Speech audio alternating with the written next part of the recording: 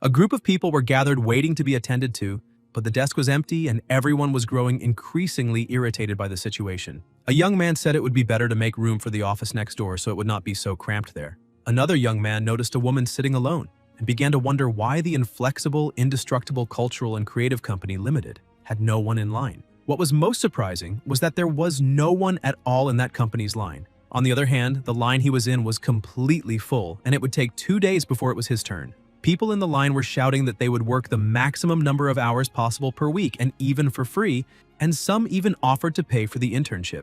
The young man decided it was better to try his luck and went over to the girl's desk. As soon as he approached, she lifted her head and began to look at him, asking him to give a brief personal introduction. The boy greeted her, saying that his name was Yan Wenhan, that he had graduated in civil engineering from the City University of Technology, with an overall GPA of 3.56, that he had received scholarships from the university several times, and that his strengths were kindness and ease of communication. She asked whether he was a good worker and if he never complained. Wenhan replied that he was, but felt a little worried, thinking that the girl had probably found his resume too long, which was why he already knew this was a risky attempt, especially at other companies since there were so many people looking for jobs that he could barely even get on the list. He was only there to try his luck. A cultural company was not even part of his field of study, so perhaps he would have to give up. The woman began to smile and congratulated him, saying that he was hired, leaving the young man stunned. She stood up excitedly, saying that he was the talent the company had been looking for. The protagonist remained shocked and asked how he could possibly be a talent while thinking that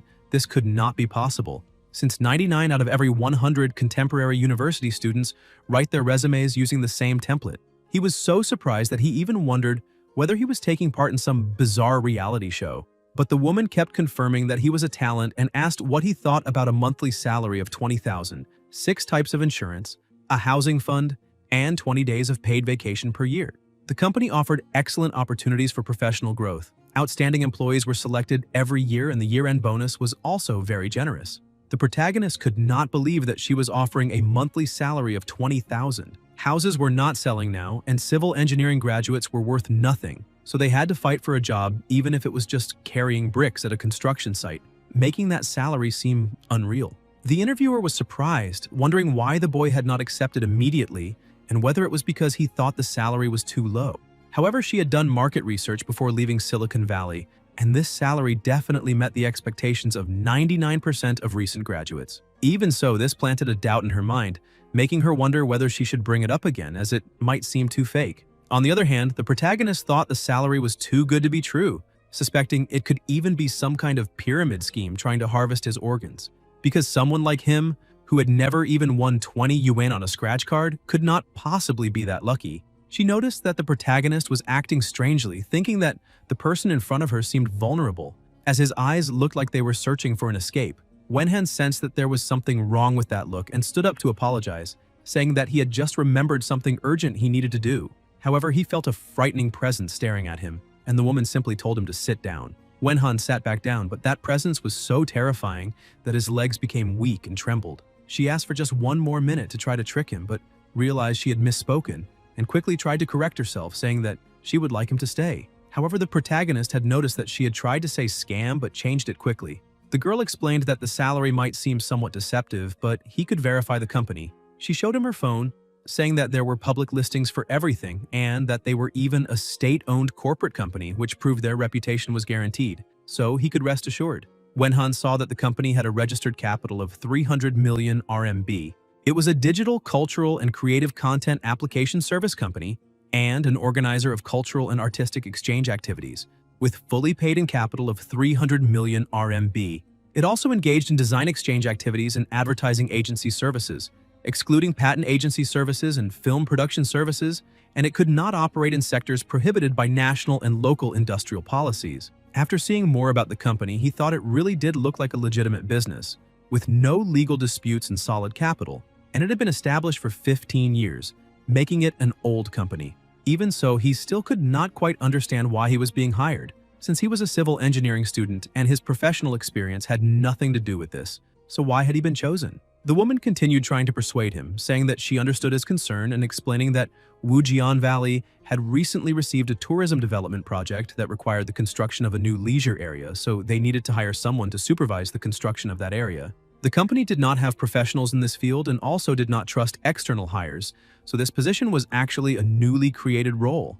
Wenhan kept thinking about it but began to understand a bit more since it was much easier to continue in his original profession. The interviewer said she had read his resume carefully and that it was not like those flowery resumes. His seemed very sincere and pragmatic. The company had no financial problems, and the philosophy they followed was not to exploit employees, but to promote happiness at work.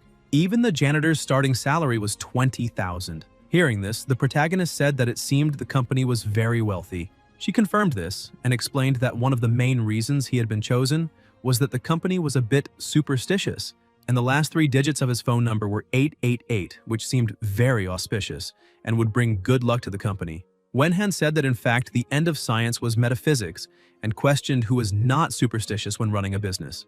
A few minutes later, she was preparing the contract, but the protagonist asked whether signing a contract was not a bit hasty. The woman asked him to wait a moment, saying that when there is talent, one must act immediately. As soon as she finished the contract, she congratulated him again and welcomed him to the company. Wenhan felt happy and decided that he would do his utmost to repay the company's trust. She explained that he did not need to repay the company, he just needed not to run away. Wenhan felt a little confused by this suspicious remark. The woman tried to smooth things over, saying that he had talent and she did not want to lose him, and asked him to go home and pack his things, since he could start next Monday. She had already bought the high-speed train ticket, and when he arrived at the station, a colleague from the company would pick him up. Wenhan asked how she had bought the ticket so quickly, and then the old saying, "The arrow is on the bowstring and must be released," suddenly made perfect sense. The woman explained that when he signed the contract, she had been able to see his ID information. So she bought the ticket and that the travel details should already have been synchronized to his phone, and now that everything was settled, they would see each other again next week. Wenhan asked whether he could leave now, and she said yes. The start date was February 28, 2024. As he left, she simply watched him with a fixed gaze. The next day at the station, the protagonist was informing his father and mother that he had gotten a job with a monthly salary of $5,000 and now needed to report to the company. He thought that at first, he needed to lie a little to his family because if he told them the true starting salary, they might become suspicious and call the police. His parents were happy, saying this was excellent news. Now he needed to work hard since it was difficult to find a job these days, so he had to perform very well. Wenhan asked his mother not to worry, saying he would always do his best, but that he had to hang up because he was about to board the train. She said goodbye and wished her son a wonderful and safe trip. He looked at the screen showing the travel information and noticed that there was a designated station and a specific boarding time, and it felt somewhat like a scene from a certain foreign movie.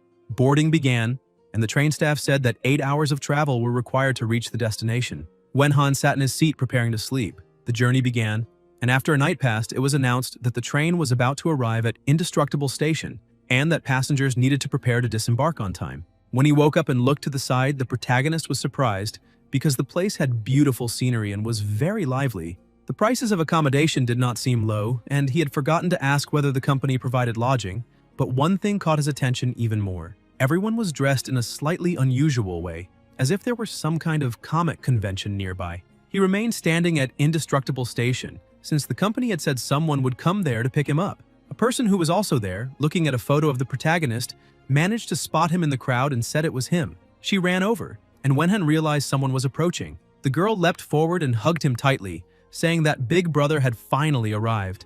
Wenhan thought that this corporate culture was truly passionate, but she should not underestimate the mental strength cultivated by a university student over 4 years. He tried to push her away, saying that this was too much enthusiasm, but it was useless. She continued clinging to him, making him feel even more embarrassed. The girl finally let go, saying she was just very excited to see him and that, judging by his reaction, he was out of breath. She could not believe that the master had managed to trick a babysitter for her. The protagonist introduced himself by name and asked what hers was. She said her name was Yuxin, but he could call her Little Koi because cats love to eat them. The protagonist smiled and said he would call her Little Fish and wished them a good and pleasant cooperation.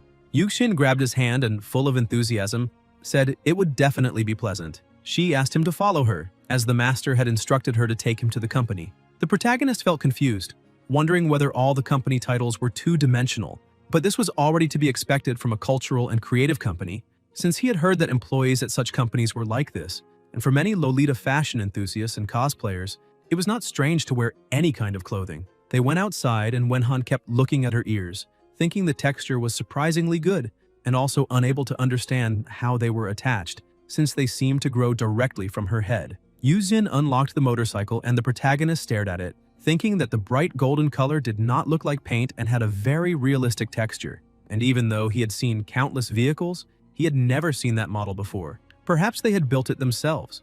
Yuzin apologized, saying she had not managed to learn how to drive and therefore had not obtained a driver's license, and that her other senior brothers were all very busy, so the only thing she could do was take him on an electric scooter. Wenhan said it was fine since he did not mind, and could even better appreciate the city scenery. He felt that she was very kind and that the company environment must be excellent, and that as a simple civil engineering dog, he had been very lucky to get this job. Yushin ran to the electric scooter and asked him to get on. As they headed toward the company, he thought that being driven by a girl while sitting on the back seat of an electric scooter was a very different experience, and he did not know where he should hold on, since he was not very good at hugging a girl's waist from behind. But Yushin looked at him and asked whether he was not going to hold on tight, because if he did not, he needed to be very careful not to fall since they were about to fly over the mountains. Still a bit embarrassed, he decided not to hold on to her, saying that his centrifugal force was very good until he realized that she had said they were going to fly over the mountains. The speed began to increase drastically and they literally started flying over the mountains. Wenhan clung to her, asking what he had just seen and whether those were particles of light. Fear began to take hold of him because the place was becoming increasingly remote, and perhaps she was taking him into the mountains to harvest all his organs.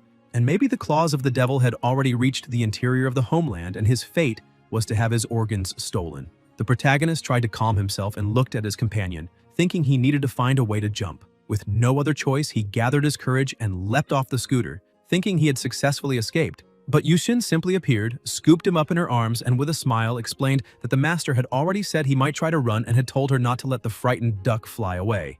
Wenhan became even more terrified and began to struggle, saying that this place was in the middle of nowhere with no bus stops, train stations, or subway stations, and that he could not even call a taxi. Yushin asked him to give up the idea of trying to escape. Wenhan shouted that he would like to keep at least one of his organs and that she could have all the rest. They stopped in the middle of the forest and she asked what he was talking about. The protagonist continued begging, saying that he had elderly parents and no children yet, asking her to leave him at least one. Yushin said that it seemed someone was misunderstanding everything, but that he should not think about running away.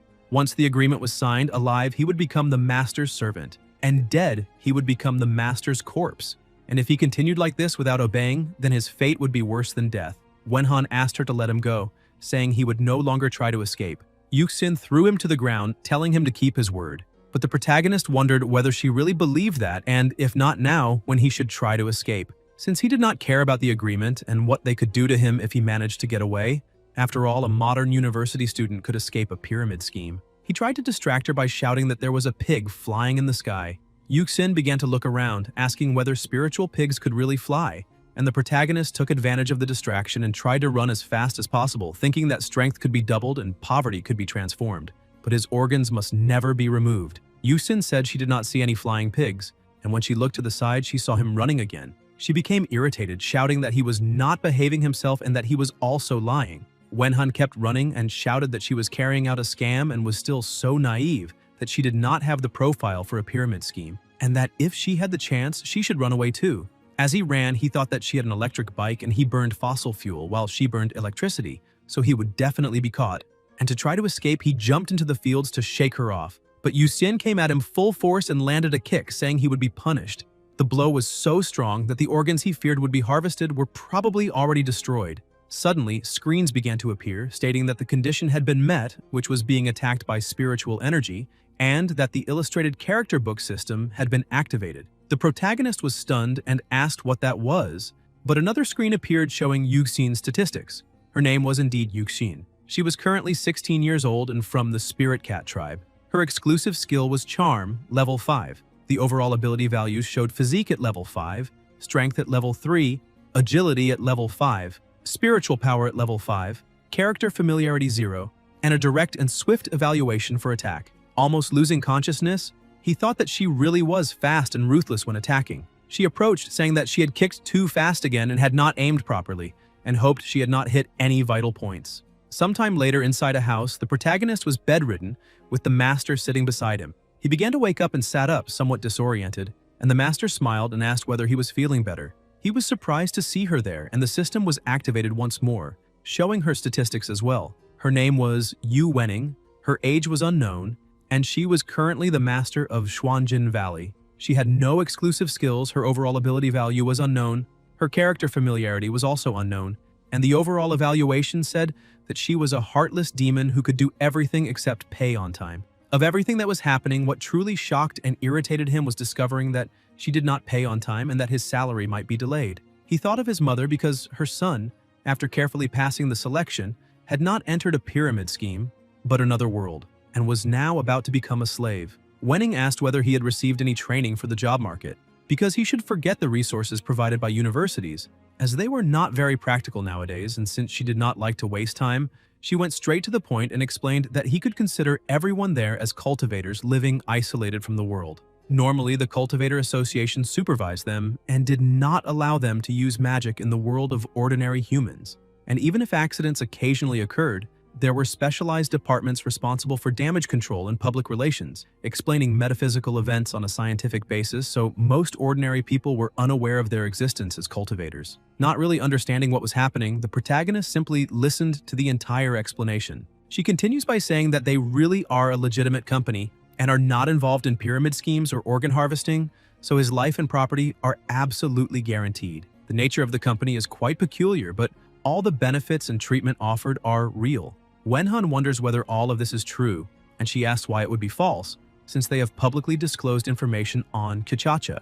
Moreover, she says that he will work there as a senior brother and can think of this position as if he were the CEO of the entire company, because his arrival to work there was not a coincidence but the result of her careful selection, as he is probably not an ordinary human and possesses abilities that can be awakened. After explaining all this, she asks whether he has any further questions. Wenhan has indeed awakened some abilities and immediately accepted the concept of cultivators in that world, but he still cannot truly understand what all of this actually is.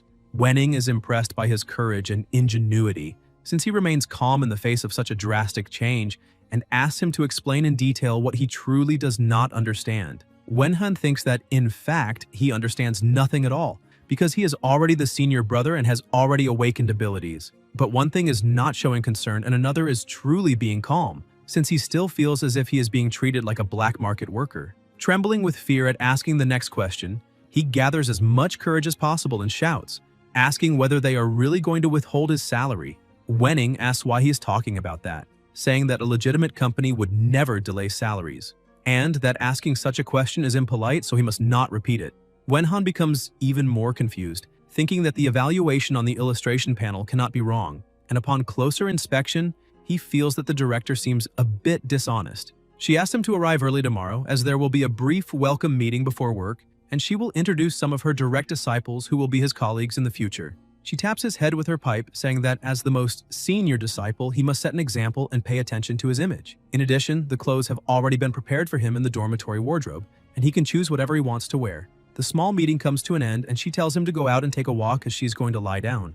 Wenhan feels a bit relieved, thinking that the company really is well prepared, but he will put everything to the test when he receives his first payment. Sometime later inside his room, he breathes a sigh of relief because he has finally officially become an ordinary worker. And from now on, he will win over his colleagues with those diligent hands. And just thinking about it already makes him excited. However, he remembers that his master said he is the most senior disciple, but he just joined. So how could that be possible? Perhaps it is because he is the oldest. He decides to let it go, because now he needs to check the system again so he does not forget any names and can make a good first impression on everyone, since that is very important. Yushin is the woman with cat ears, and the one with glasses who loves to drink and smoke is CEO Wenning. Despite everything being very confusing, the protagonist feels very excited since he is being treated like a chosen one, just like in web novels, possessing a system that only protagonists have when they embark on a wonderful journey to save the world, level up, fight monsters, and still have financial freedom. But while he is lost in his thoughts, his master approaches and asks what he is thinking about.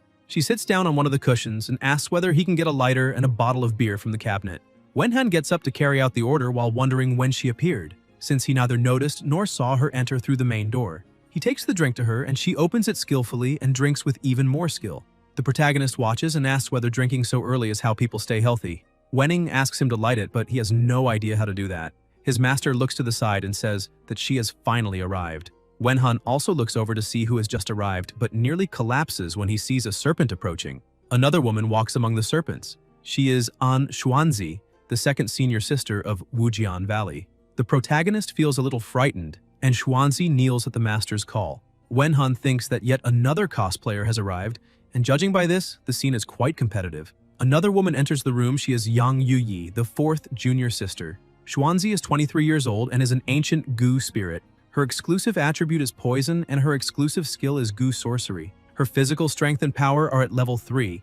Agility and spirit are at level 5. Character familiarity is also 0, and the evaluation says that she wishes to rebuild her family. Yu Yi is a bit younger at 21 years old and is a demon empress. Her exclusive attribute is fury, and her exclusive skill is comprehensive energy burst. There is no information on her physique, strength, power, agility, or spirit. Her character familiarity is also 0, and the evaluation shows that she died recently in an intense manner after being ambushed in a previous life. The protagonist is shocked to see an ancient Gu spirit and a demon empress.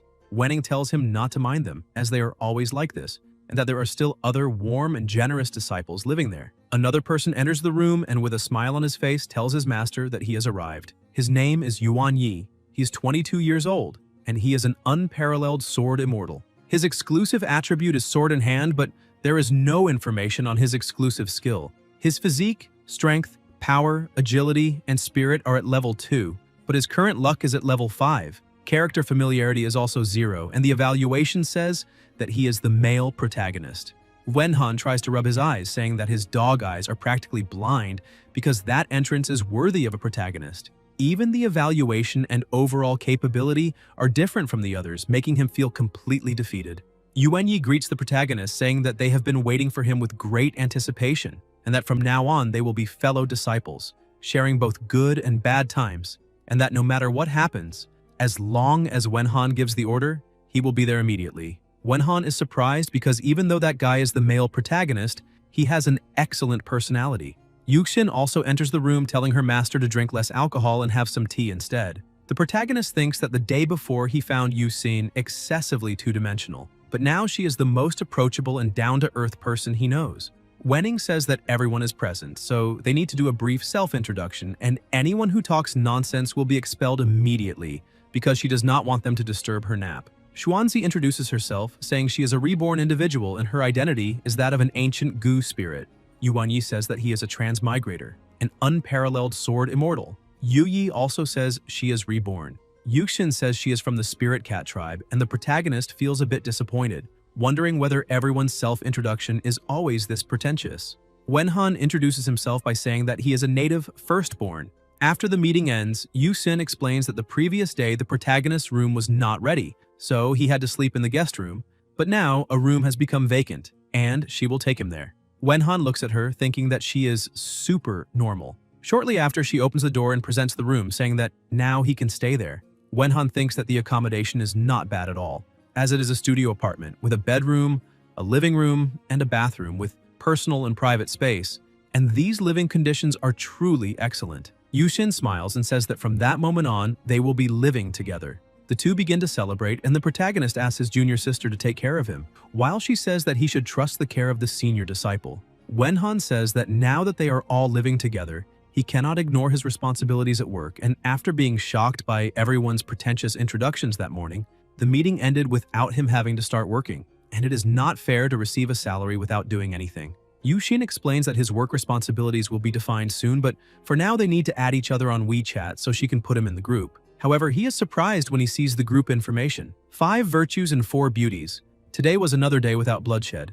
Wenhan asks whether she is sick, and Yuxin explains that it is the group for the master and her direct disciples, that future announcements will be made there, and that participating in the group also facilitates communication and strengthens their bonds. That night, lying in his bed, the protagonist begins to analyze everyone's statistics and realizes that they all have very interesting life stories, but he still does not know exactly what the system is for, because if it is just a simple illustration panel, basically a character list, then it is useless to him. And with all these transmigrators and reborn individuals compared to them, he's nothing more than a background character in a Dragon Blood Paradise story, and if these abilities he has were available in another field, the HR profession would certainly thrive. While he is thinking about this, the system sends a notification and other messages appear saying that 5 character illustrations have been collected and that the character familiarity system is now being activated. When familiarity reaches level 10, the affection system will be activated, and different affection levels allow the use of corresponding abilities of the illustration system. He began to wonder whether that meant that if he maxed out affection, he would become invincible, and it seemed the system had some hidden tricks. However, all of the disciples had a fierce air and strong personalities, so he did not know who he should start with. After thinking for a while, he tried leaving it to chance and ended up choosing Yushin. Since she seemed the easiest to deal with, he would try to maximize familiarity with her. He sprang out of bed thinking he would start immediately and began rehearsing how he should open the conversation. But every practice attempt failed miserably because in the last 2 years he had watched so many short videos that his mind felt a bit scattered. So he decided to keep it simple and greet her, saying he would like to get to know her a little better. With that, he planned to start the conversation and invite her to look at the moon and the stars.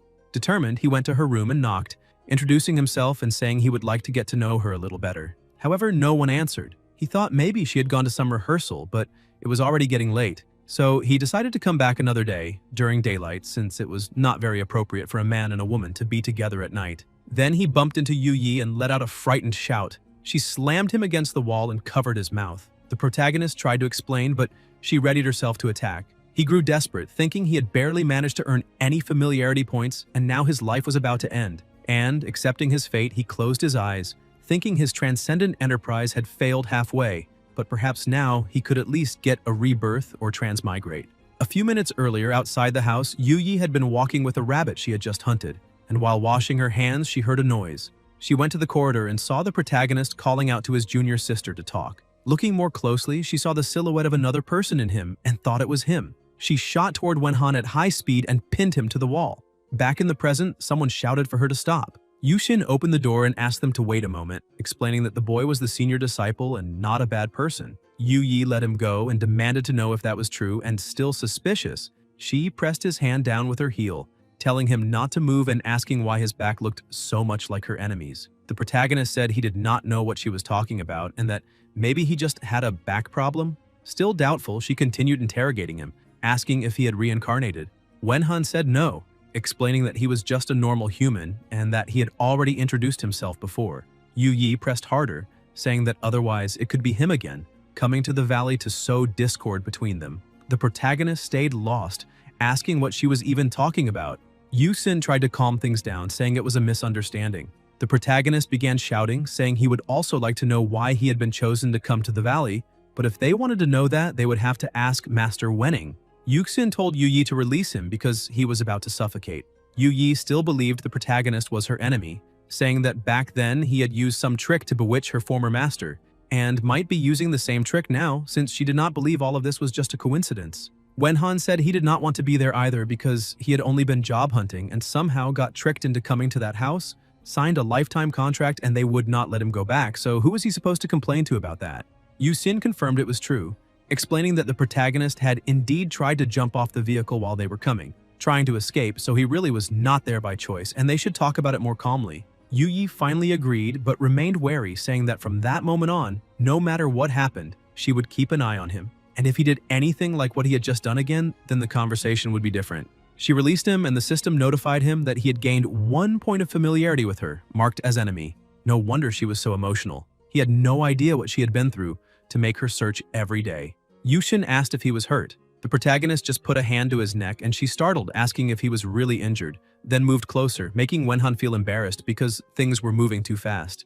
She told him to come into her room so she could apply some medicinal wine. At that moment, the great warrior rose within him and the words, "Come to my room," began echoing repeatedly in his head, making him imagine she had pain in her leg and was asking him to rub something on it to help. Just the thought of entering a women's dormitory sent his emotions spiraling. A few minutes later, Yusin opened her bedroom door and asked why he was still standing there doing nothing. But the moment he looked inside, his eyes began to shine at the sight of the women's dorm, because it was his first time entering a woman's room and he was a little nervous, wondering how he could seem more experienced, since before he had only seen girls' rooms in comics, imagining what it might be like in real life. Yushin still did not understand why he was frozen there, but the protagonist took a deep breath and stepped in. However, the instant he entered, he was stunned to see a guillotine, a 2-headed fork collar, and even a 1,000-blade umbrella inside. He began to wonder if that really was a girl's room, and if she maybe subjected herself to all 18 kinds of punishment. Just imagining it made his legs tremble.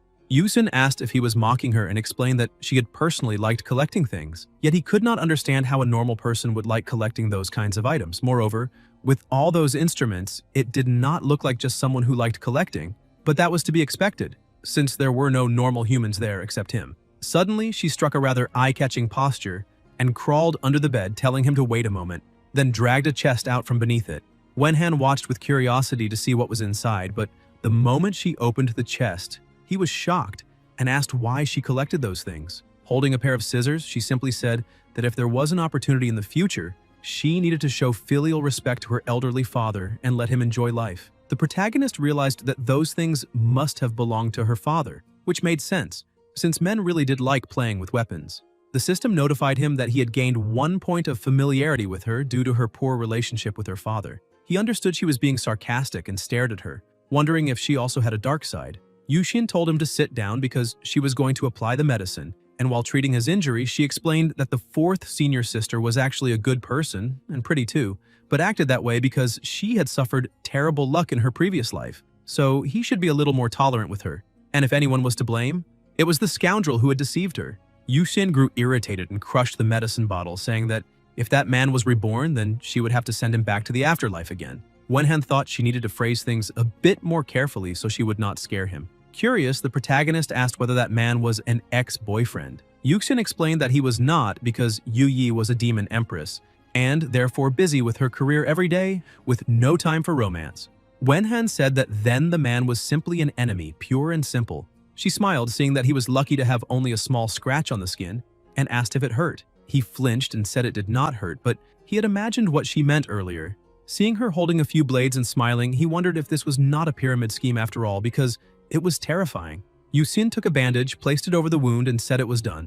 Wenhan thanked her for the help and said goodnight. Outside, Wenning was with her companion, Happy Liquor, pleased to see that they had had another day of friendship and unity. Wenhan left the house and began walking alone through the forest, thinking that this place was very dangerous. He had thought Yusin was a sweet and cute girl, but the truth was that she was also very fierce.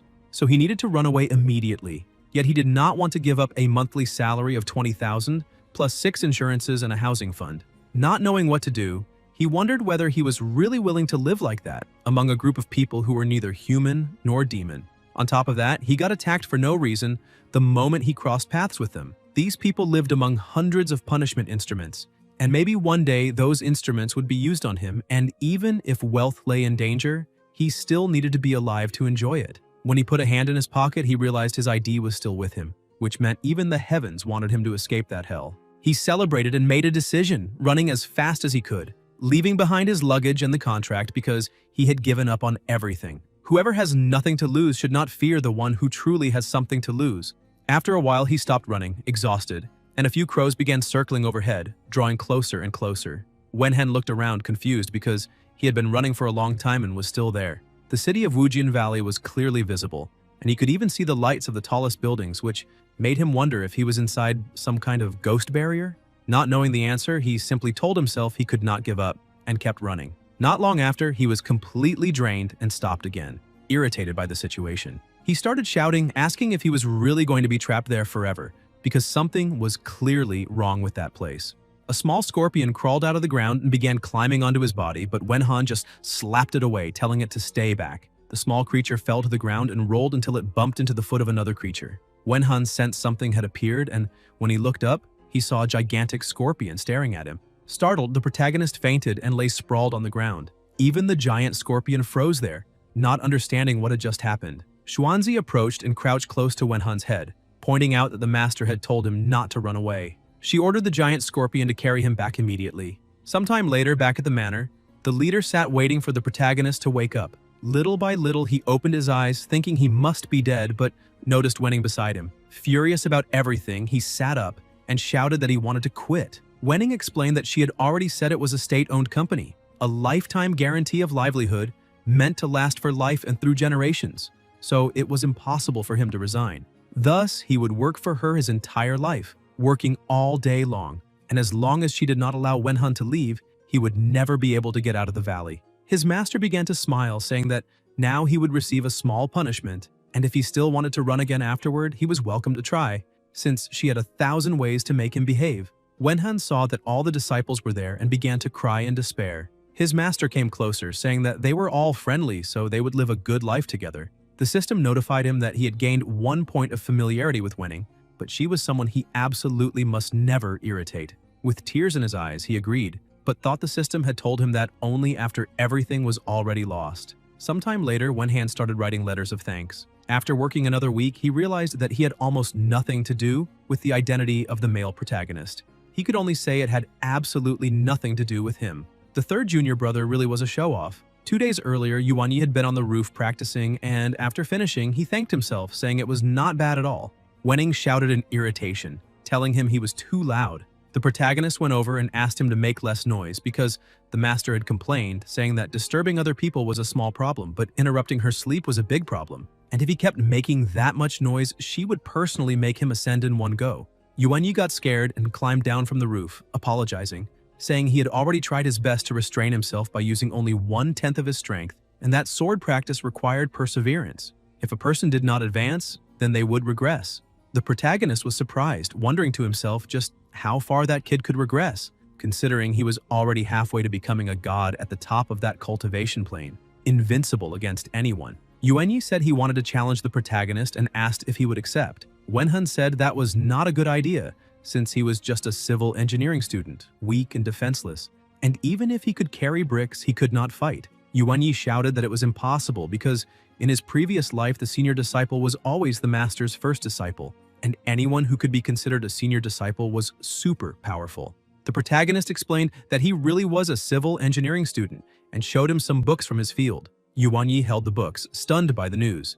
Wenhan emphasized that he was mainly there to fulfill a mission and take care of all of them, popularly known as a nanny. Yuanyi began to reflect on this, thinking that the protagonist really did take care of everyone and even cleaned up all kinds of messes. And with tears in his eyes, he concluded that the senior disciple was far too humble, possessing a masterful demeanor that truly deserved to be observed. Yuanyi realized he had been too exposed and from now on wanted to be more low-key, just like his senior. Wenhan was surprised, and the system appeared, saying familiarity had increased. A pure-minded genius besides sword practice, but whose general knowledge was almost non-existent. Receiving that information, the protagonist realized that Yuanyi truly was a sword genius, but on the other hand was completely innocent about worldly matters. And maybe in his previous life he had been locked in a small dark room practicing swordsmanship until he died. Taking advantage of the situation, the protagonist said that was true, and asked Yuanyi to be more discreet and not let anyone guess his abilities, because only then, at the critical moment, would he be able to act. Yuanyi cut him off, saying that only by being discreet could he stand out invisibly. The protagonist thought that was not what he meant, and maybe all male protagonists had bizarre thoughts like that.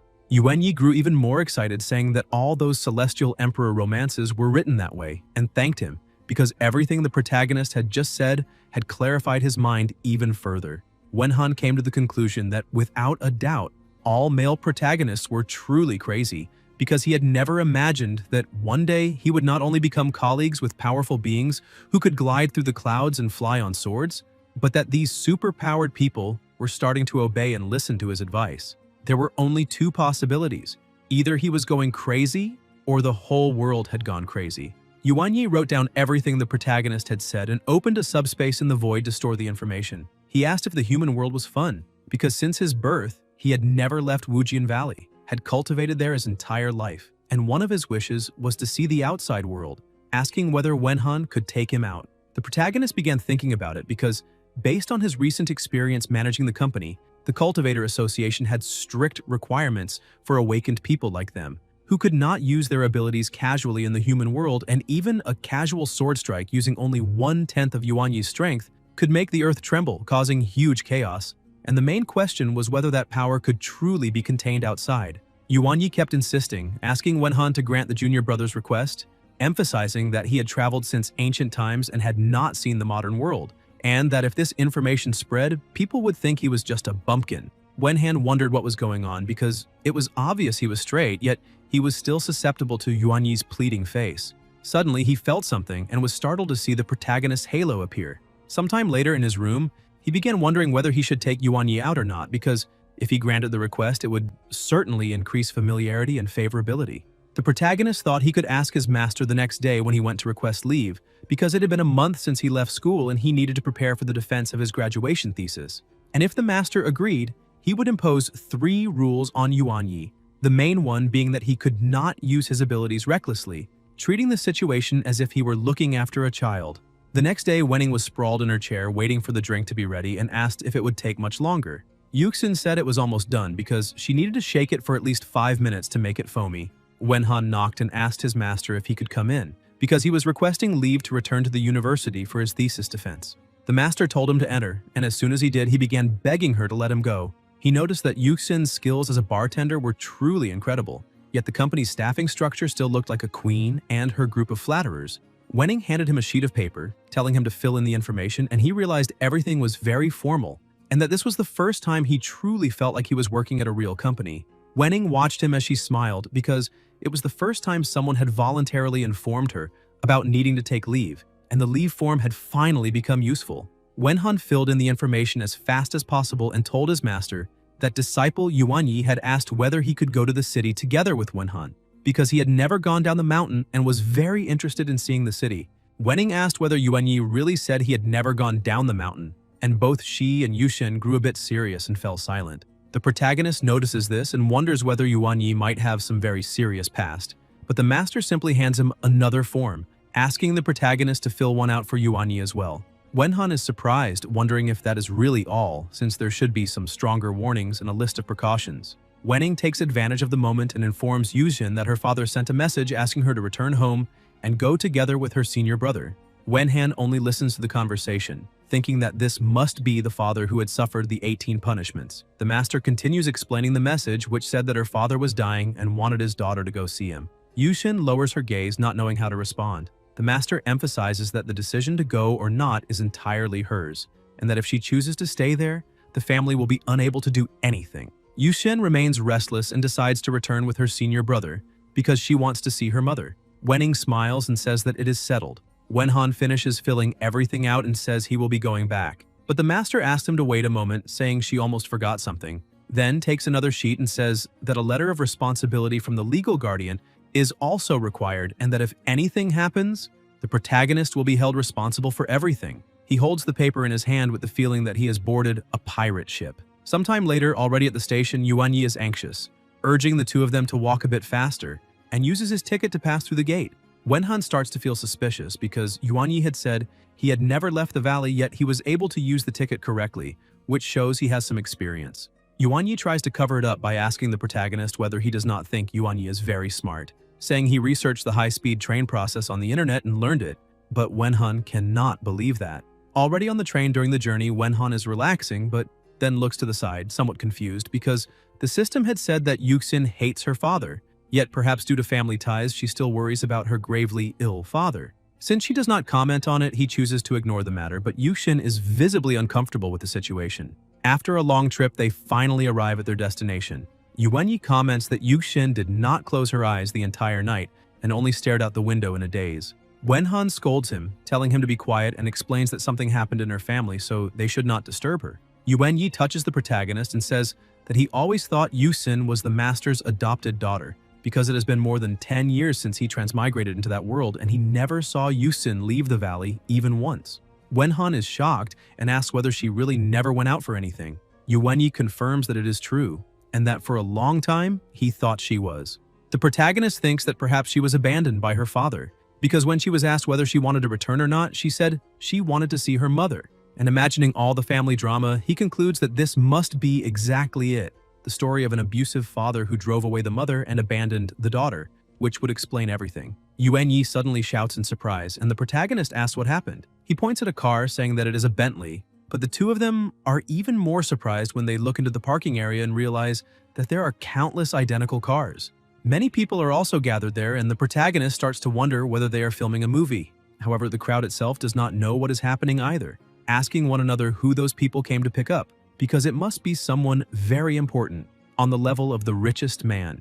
Wenhan realizes that the place really does not look like a film set and that they are probably there to pick someone up, until he notices where the men are heading and is shocked. One of the men lowers his head in front of Yuxin, calling her second young lady, and asks her to get into the car, saying that the first young lady has something to say. That man was her family's butler. Wenhan remains confused and thinks that perhaps those people are there to seize Yuxin, and if that is the case, maybe he can face them with a normal heart. The butler urges everyone, saying that she should not keep the first young lady waiting too long. She takes a deep breath and tells the protagonist that she has a small family problem and will contact him later.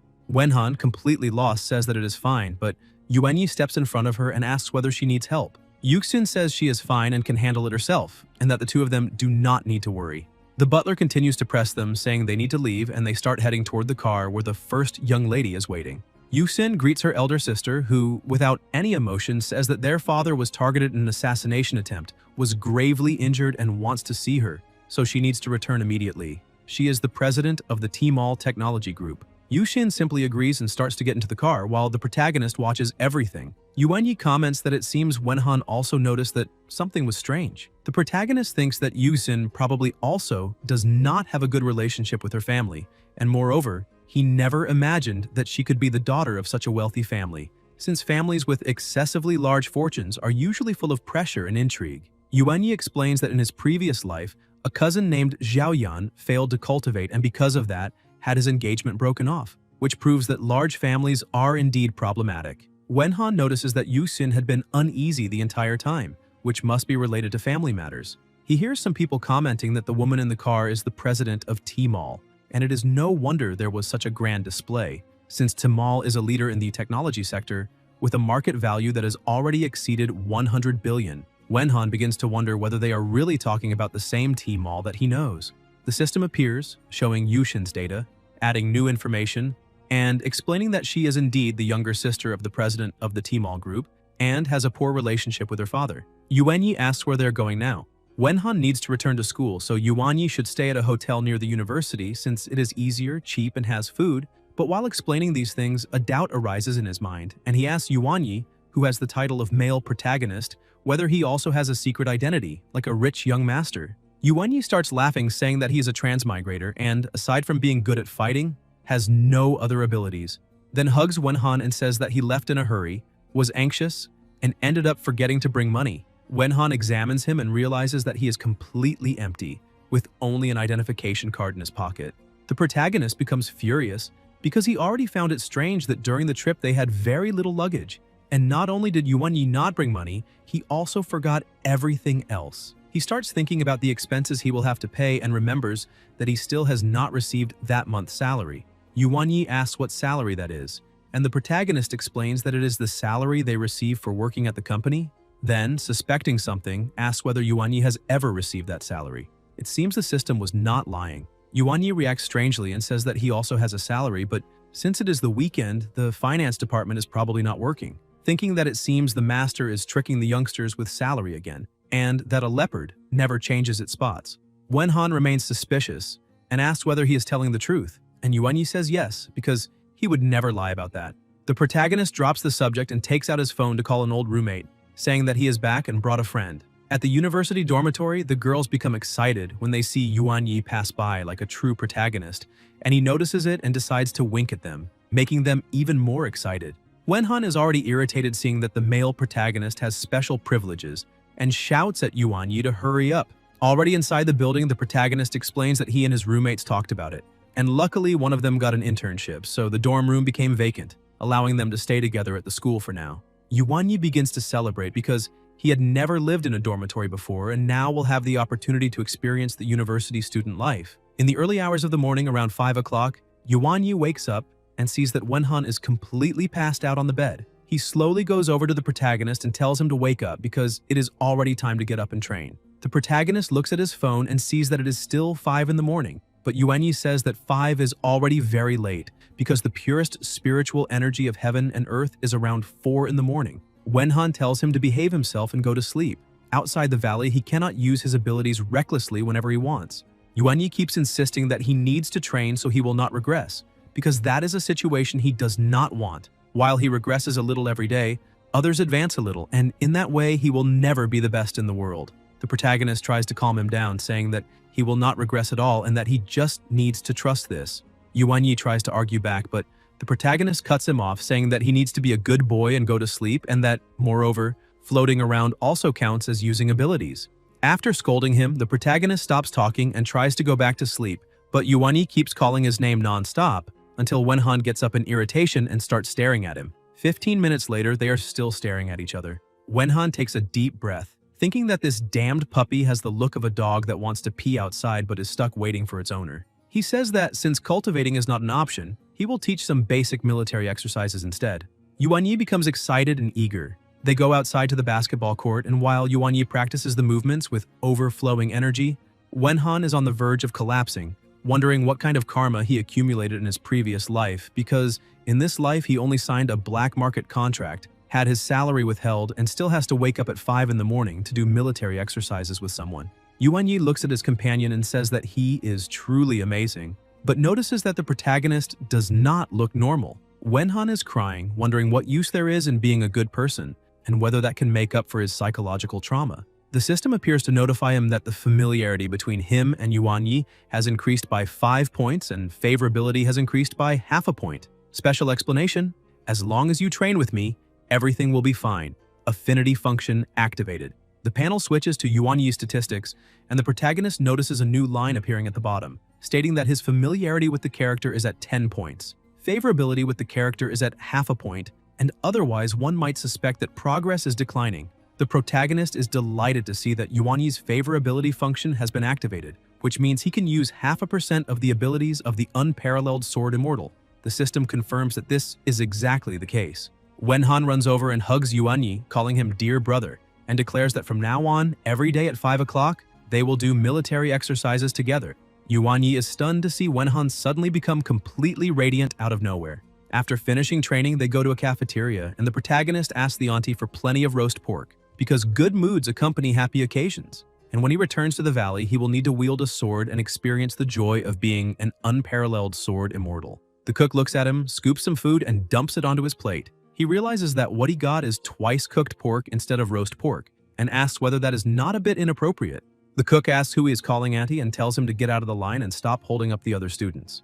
Right behind him stands the true protagonist, a rose in his mouth, drawing the cook's attention. With a dazzling smile and a sweet voice, he calls her little sister and asks her to serve the food. Completely charmed, she starts smiling and says that at her age she is already considered an auntie, so why is he calling her little sister?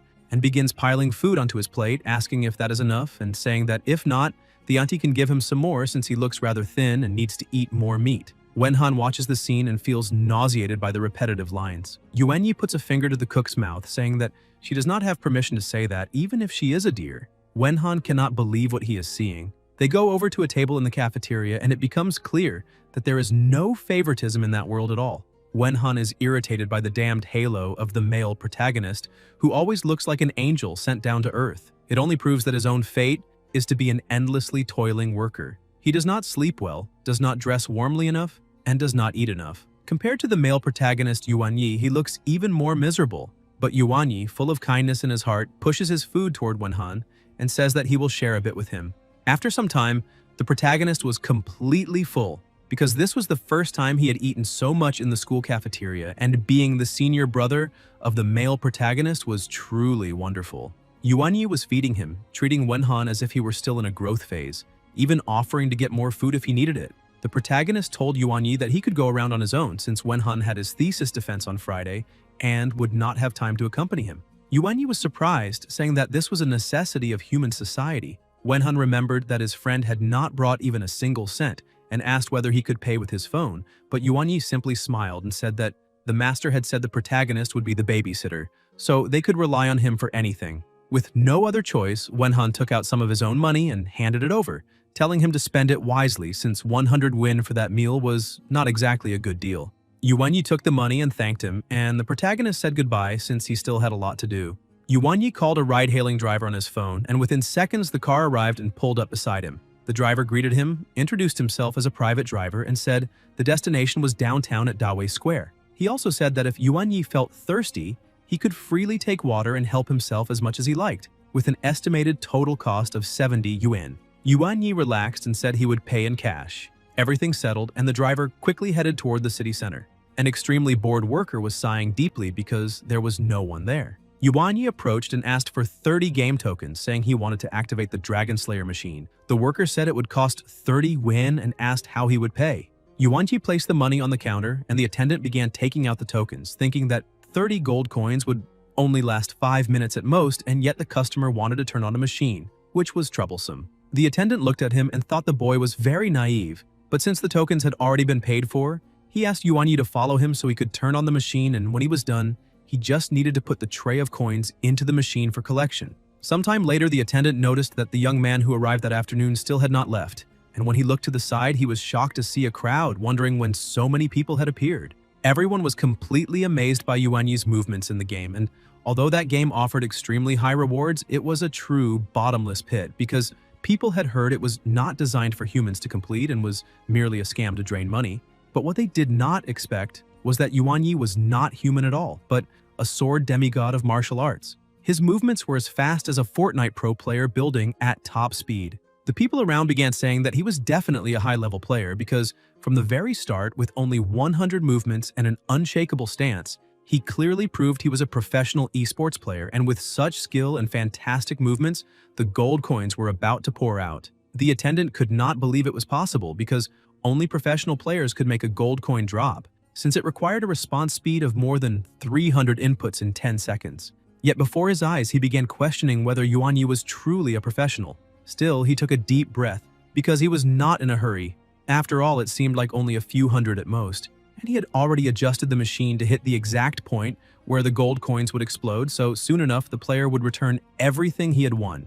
More time passed, and Yuanyi remained completely unshaken. The attendant approached and asked whether he was tired or hungry, saying that if he wanted to eat, he could stop playing. But Yuanyi just kept smiling and focusing on the game, saying he was neither tired nor hungry. The attendant could not understand what was happening, or why the boy would not stop winning.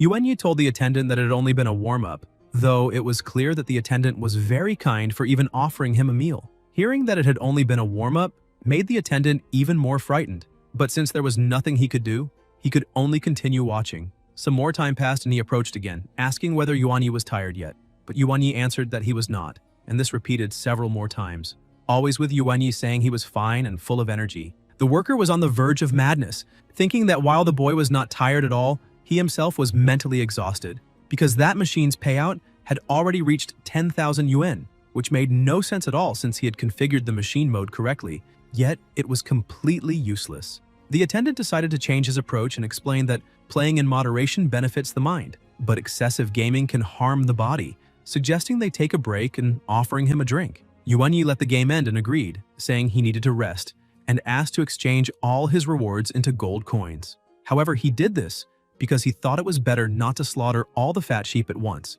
leaving some for next time, which would be better for sustainable development. The worker counted all the winnings and, on the verge of bankruptcy, said that it totaled 10,000 yuan. Yuanyi then pulled out even more rewards from his pocket and dumped everything onto the table. The attendant suffered a shock of reality and, after tallying it all up, said the total came to 30,000 yuan, then begged him to accept a ring and a small gift, pleading for him never to come back. Yuanyi took all the money and the ring and left the place laughing, thinking that life really is easy and leaving everyone with a tip. If you're unemployed, just wake up at 5 in the morning, train like a madman, become a demigod, gain divine reflexes, and go out gaming. While walking outside, he thought that now he could buy a snack for his senior brother. But it was still a bit early, so he looked for other things to do, stealing lollipops from children, helping the police arrest a criminal, and even humiliating some bodybuilders at the gym. Finally, the day began to draw to a close, and with a pile of shopping bags in his hands, he did not expect time to pass so quickly, but now it was time to eat. As soon as he entered a restaurant, the hostess greeted him as if she already knew him, saying he had finally arrived and asking whether he would like the same nice seat as last time. He handed all his purchases to her, asking her to store the newly acquired items. The woman began explaining that the chef had launched a new series of refined dishes, and that for the main course he could choose Mediterranean sea bass with secret spices. He went to the table that had already been prepared for him and told her to serve all the dishes, because he did not understand any of the names. She said she would store his things and asked the other waitresses to serve the appetizers. They set the table and poured some wine, but he was still bothered by the fact that he could not practice swordsmanship. The woman returned and said that it had already been 2 months since she last heard from him, and that he was probably involved in important negotiations. He asked what kind of business one buys for sword practice, since he had no affection for money and basically just wanted to buy some extra food for his senior brother. After finishing the meal, he asked for the leftovers to be packed to go.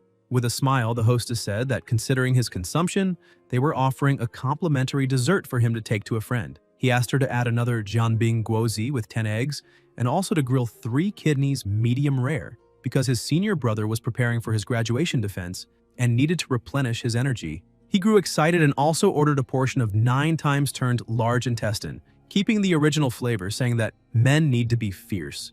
The hostess was shocked by the size of the order, and he added that he had seen this dish on a super popular variety show, so his senior brother would definitely love it.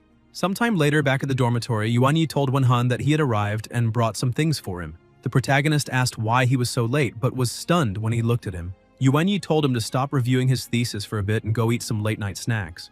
Wenhan could not understand how he had bought all that with only 100 yuan, and Yuanyi simply smiled, saying that this was exactly what showed how good the senior brother was to him, because he never imagined that 100 yuan would make such a big difference. The protagonist took a deep breath, thinking that when Yuanyi asked to go out with him, he said he rarely went out, but judging by this, he seemed quite shrewd, which must be the concrete manifestation of the male protagonist's prestige aura. The system appeared again, showing another 5 points of familiarity, and Wenhan looked at one of the notes saying that the main character has an evaluation of purity of spirit, being a genius, and that aside from practicing swordsmanship, his general life knowledge is almost non-existent, merely appearing to possess purity of spirit. However, Wenhan began to question the system itself, wondering whether it was truly reliable since it seemed to be glossing over or omitting information. As soon as Yuanyi stepped a little closer, the protagonist noticed a lipstick mark on his neck, and at that moment he became genuinely convinced of something, growing even more irritated as he looked at the food in front of him. The next morning, the protagonist was with one of his old friends. The friend remarked that the final defense was already over and asked what Wenhan planned to do next, since he had mentioned before that he had received an irresistible offer and that the company's name sounded very creative. Wenhan said he would return to work, and the friend asked what he planned to do with the pile of luggage in the corner of the room. Those were Yuanyi's spoils of war, and the protagonist thought that he really could not bear the weight of them. After packing everything up, they went to the entrance to catch the train and waited there. Wenhan looked at his phone, wondering why Yushin still had not arrived since the train was about to depart. Yuanyi said that maybe she was dealing with some family problems and suggested that they go there to take a look. Wenhan pointed out that she was not answering calls or replying to messages, which made him worried, and that since they had come together, they needed to go back together because she was very cute and might end up getting lost. He realized that his babysitter attribute seemed to have leveled up because that girl had stayed in the valley for many years, going in and out dozens of times. So how could she possibly get lost? And maybe this feeling was due to the favorability system, which subconsciously wanted him to raise Yushin's popularity. Suddenly, out of nowhere, Yuanyi said that the senior brother was really great. The system notified him that he had gained another 5 points of familiarity and half a point of favorability, congratulating the host because Yuanyi's favorability had now reached level 1, unlocking a character ability that allowed Wenhan to use 20% of Yuanyi's abilities.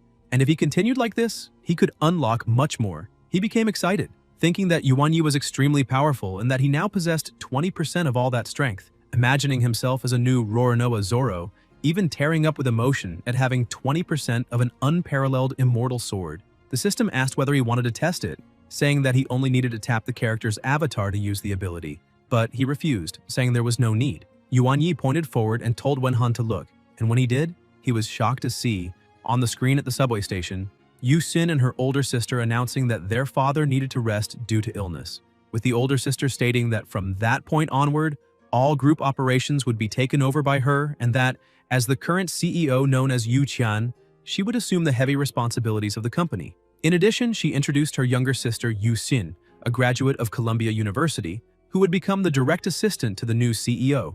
The protagonist was stunned to learn that she had graduated from that university and wondered whether this was just nonsense being spoken without thinking. Yuanyi noticed that Yuxin did not look happy at all, her expression resembling someone being held captive, and he also recalled fragments he had heard from their master that this company belonged to the Spirit Cat clan. Wenhan became irritated by the situation and said that they needed to go there immediately to see what was going on, because they could not simply bring her out without knowing anything and without ensuring her safety. Inside the company building, Yu Qian was shouting at her sister while slamming the table, asking whether she was dissatisfied because she thought the position was too low, saying that by wearing such an expression at the press conference, perhaps she wanted to sit in the CEO's chair.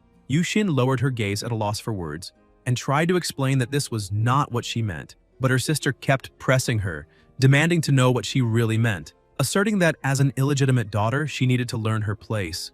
Yusin listened in silence as her sister continued, saying that The position of special assistant to the president was already a kindness granted only because the old man's mind was confused due to illness, and that she should be happier, or at least pretend to be happy, otherwise she would end up working as a cleaner. Even though frightened, Yushin gathered her courage and said that she wanted to see her mother, and Yu Qian responded by asking whether she wanted to see her mother to learn how to seduce men, mocking that this was exactly what she needed to learn in order to become a third party at the top. Yuxin shouted to defend her mother, but her older sister stood up and shouted even louder, asking whether she still did not recognize her own identity, saying that she was not even a legitimate daughter, but a bastard. Yu Qian declared that she was the legitimate eldest daughter of the Yu family, of the Spirit Cat clan, and that speaking to Yu Xin at all was already the greatest concession, so she should not be ungrateful. Yu Xin fell silent and her sister sat down, telling her to pretend that her mother was dead, since she had managed just fine for all these years in the valley without interruption. Yu Xin grew angry because her older sister had promised back then to protect their mother, which was why she had left the family in the first place, so now that they had reunited, what was wrong with checking on her mother's situation? Yu Qian replied that there was indeed nothing wrong with that, but if Yu Xin's true identity were exposed and damaged the family's reputation, then she could not guarantee that the clan elders would not make her mother, a concubine, truly die. Hearing this, Yu Xin was utterly shocked.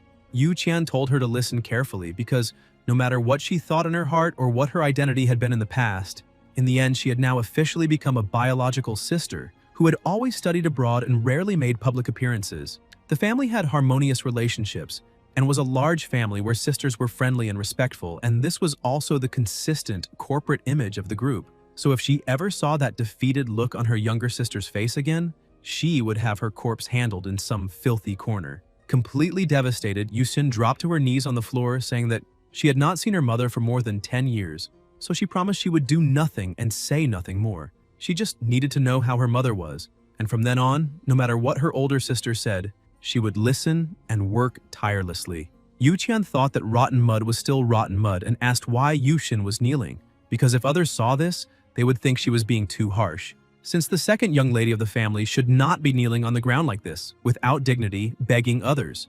Yu Qian told her to cheer up, saying that with such a beautiful face, she should not look so sad. Suddenly, a man opened the door and apologized for the interruption. Secretary Wrong Wei. The director said it was fine, told him to come in, and also asked her sister not to kneel like that, saying that her attitude of admitting fault was very sincere. Wei handed over the will drafted by the father's lawyer according to his wishes, but upon reading the document, Yu Qian questioned whether an illegitimate daughter could receive 5% of the inheritance, concluding that the old man was truly generous, and that it was no wonder people worked so hard to become mistresses, since they could get something for free. Wei asked when it would be convenient to present a report on the situation of the Gaosheng group. Yu Qian placed the document on the table, told her sister to always remember the advice she had just received, and ordered her to leave. Outside, Yu Jin leaned against the wall waiting, and as soon as Wei came out, she rushed up to him and begged him to take her to her mother. He apologized, saying that he really wanted to help, but he did not have enough authority and no one could see the madam at that moment,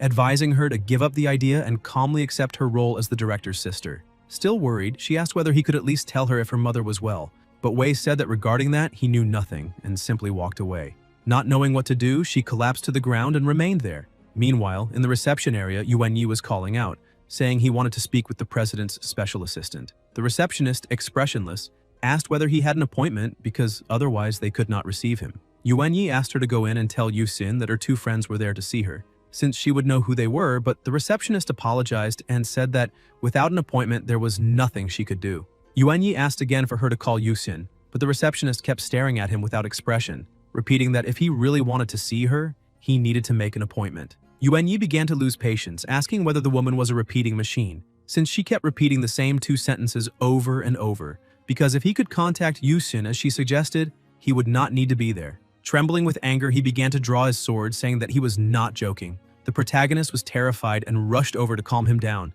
explaining that they were not in the valley while holding down the sword. Yuan Yi was shocked, because the senior brother had said that he had no talent, yet he possessed tremendous strength. The system notified him that he had gained another 0.1 point of favorability, and Yuan Yi began looking at him differently. The protagonist panicked, asking why he was staring like that. Another person arrived saying he wanted to see the president, and the receptionist behaved the same way, asking whether he had an appointment. The man said there was no need to schedule anything, because it would be enough to tell the director that Mr. Chin was present. The receptionist asked him to wait just a moment, because she would request that someone escort him to the upper floors. Yuan Yi became even more furious, demanding to know why that man could go in while he could not. The receptionist asked whether it was really necessary to explain, saying that if any random nobody could enter the group's company, then what would be the point of her job as receptionist?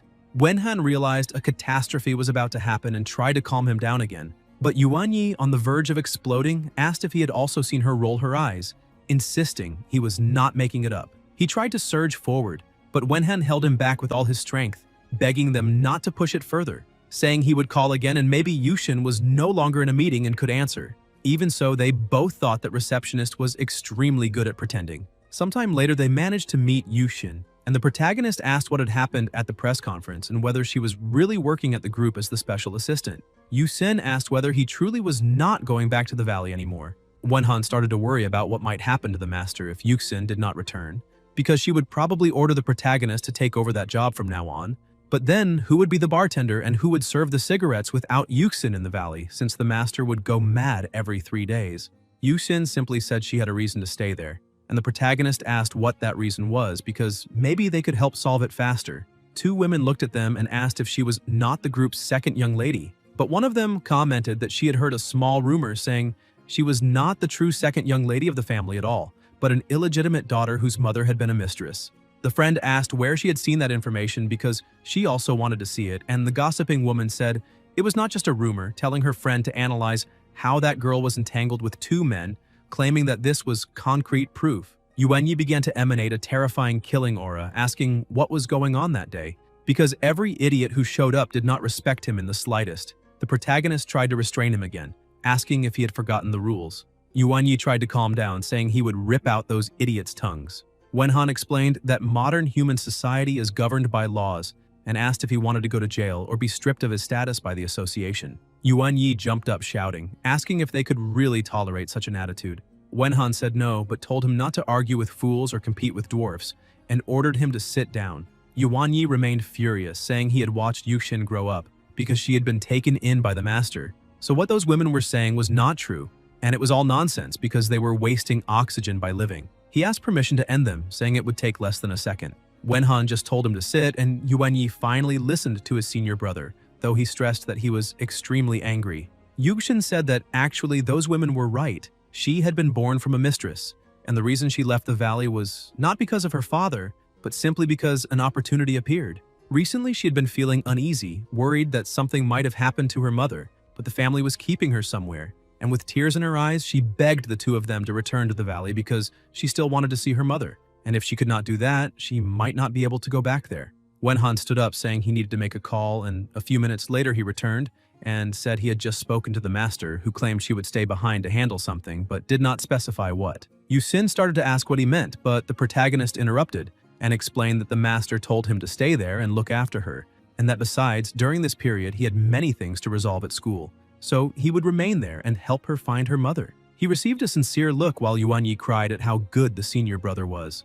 Yushin thought that, in order not to trouble her, the protagonist had deliberately invented an excuse, concluding that he truly was a kind and gentle person. The system popped up repeatedly, showing that he had gained more familiarity points because the 2 of them felt it was wonderful to have a reliable senior brother supporting them. He was happy, thinking those points were easy to earn and that if he kept going, taking advantage while the moment was hot, he would level up quickly and obtain his abilities, which would make it easier to fight the boss later. He started wondering whether this comic really needed monster battles, trying to win even more of their admiration. The protagonist stood and said that he was the senior brother there, and therefore, it was his duty to look after the 2 of them. No matter what problems they faced in the future, even if he could not solve everything, he would do his best to help. The 2 of them began to see him as their only savior. Once again, the system showed that he gained multiple points with both of them, which made him cry with joy because gaining experience felt amazing. The system also displayed her stats and announced that the host could now experience 20% of Yuxin's abilities. Because the favorability system had been activated, he felt energy circulating through his body and noticed the 2 of them were still staring at him. He asked what kind of expressions they were making. Yuxin, a little embarrassed, said she did not know exactly why, but he was becoming more and more pleasing to her eyes. Wenhan smiled shyly, thinking that his words had definitely moved those 2 kids. Yuanyi pressed a hand to his chest and said his pectoral muscles were huge. Wenhan was startled and shouted, asking what he was doing. The system warned that the protagonist was passively using Yusin's charm ability and asked how he felt. He was on the verge of losing his mind, saying that if the ability could not distinguish between people, fine, but it could at least distinguish genders. The next day, she was running around non-stop because everyone was trying to make things difficult for her, constantly asking for help. She was giving it everything she had to meet everyone's demands. One person asked her to make a tea cake because the leaders needed it during the department meeting in the afternoon. She thought she still had 5 documents to photocopy, 6 packages to pick up, and 7 documents to shred, plus 8 cups of coffee to prepare. The man simply turned his back as if he had not heard her response, saying that she was the director's special assistant and he was just an ordinary employee, so how could he possibly order her to do anything? She said that was not what she meant, but since things had reached this point, it was not a long story. The protagonist had told her that all she needed to do now was work tirelessly, and that no matter how much others made things hard for her, she should simply accept it and do it. She needed to make everyone think they had her completely under control so they would lower their guard and then she could act. Yushin agreed and said she would do everything she could to endure. Yuanyi showed the authorization code for workplace newcomers, and because of that, he understood that new recruits in human society would certainly face hardships when starting a new job, so they were cheering her on in spirit. Back in the present, she thought that her 2 senior brothers had been working hard to help her these past 2 weeks. For her convenience, they even rented an apartment in the neighborhood across from the company, and the landlady was so charmed by Yuanyi that she did not even want to charge rent. Besides, every day they helped her observe her sister's movements. Yuanyi said that the neighborhood across from the company was an excellent observation point and that absolutely no movement of her sister's would escape their control. She thought it was not just workplace bullying and not just being tangled up in trivial matters because every day she had to manage all of it since she could not disappoint them. At that moment, the system appeared for the protagonist again, saying he had gained another 0.1 point of favorability with Yushin. Meanwhile, Yuanyi had been watching closely and said that Yuqian was alone again, and that this was a perfect opportunity for them to follow her and see where she was going. The protagonist agreed, and sometime later they arrived at a mansion. Yuanyi sensed that there was a barrier around the house, so it must be an area designated by the Immortal Cultivators Association. A few minutes later, Yuqian pulled up in front and got out of the car. Yuanyi analyzes the situation, saying that woman is the president of a major corporation and is usually unshakable. Yet every 3 days she drives alone to a country house on the outskirts of the city, so who would believe that nothing suspicious is happening there? The protagonist looks at the guards and says that since this is an area designated by the Immortal Cultivators Association, the security inside and outside the gates cannot be made up of ordinary people. The 2 of them sit down, and Yuanyi says that if he has permission, since this is a designated area, he can simply split everything open with his sword. Wenhan gives permission, telling him he can use his strength freely. Yuanyi becomes excited and asks him only to watch. However, the protagonist questions what would happen if, with such a devastating attack, he accidentally injured Yusin's mother. Therefore, he asks Yuanyi to wait a bit, saying that when it is time to destroy everything, he will give the signal. Yuqian drives away, and the protagonist checks his phone, seeing that this time it is only 3 o'clock. Yuanyi remarks that this place must certainly be an important clue.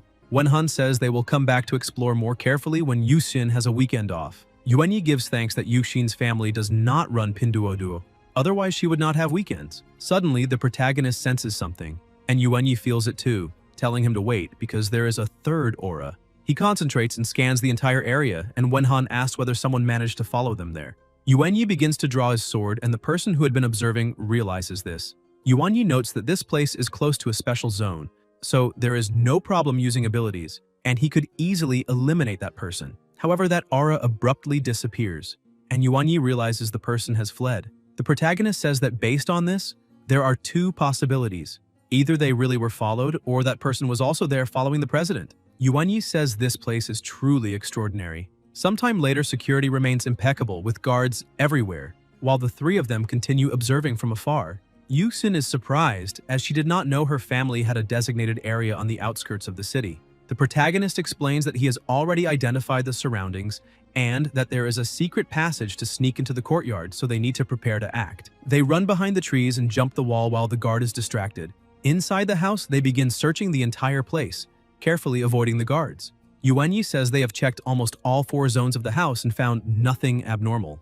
Yushin asks whether it is possible that her sister comes here purely for work and whether they are overthinking it.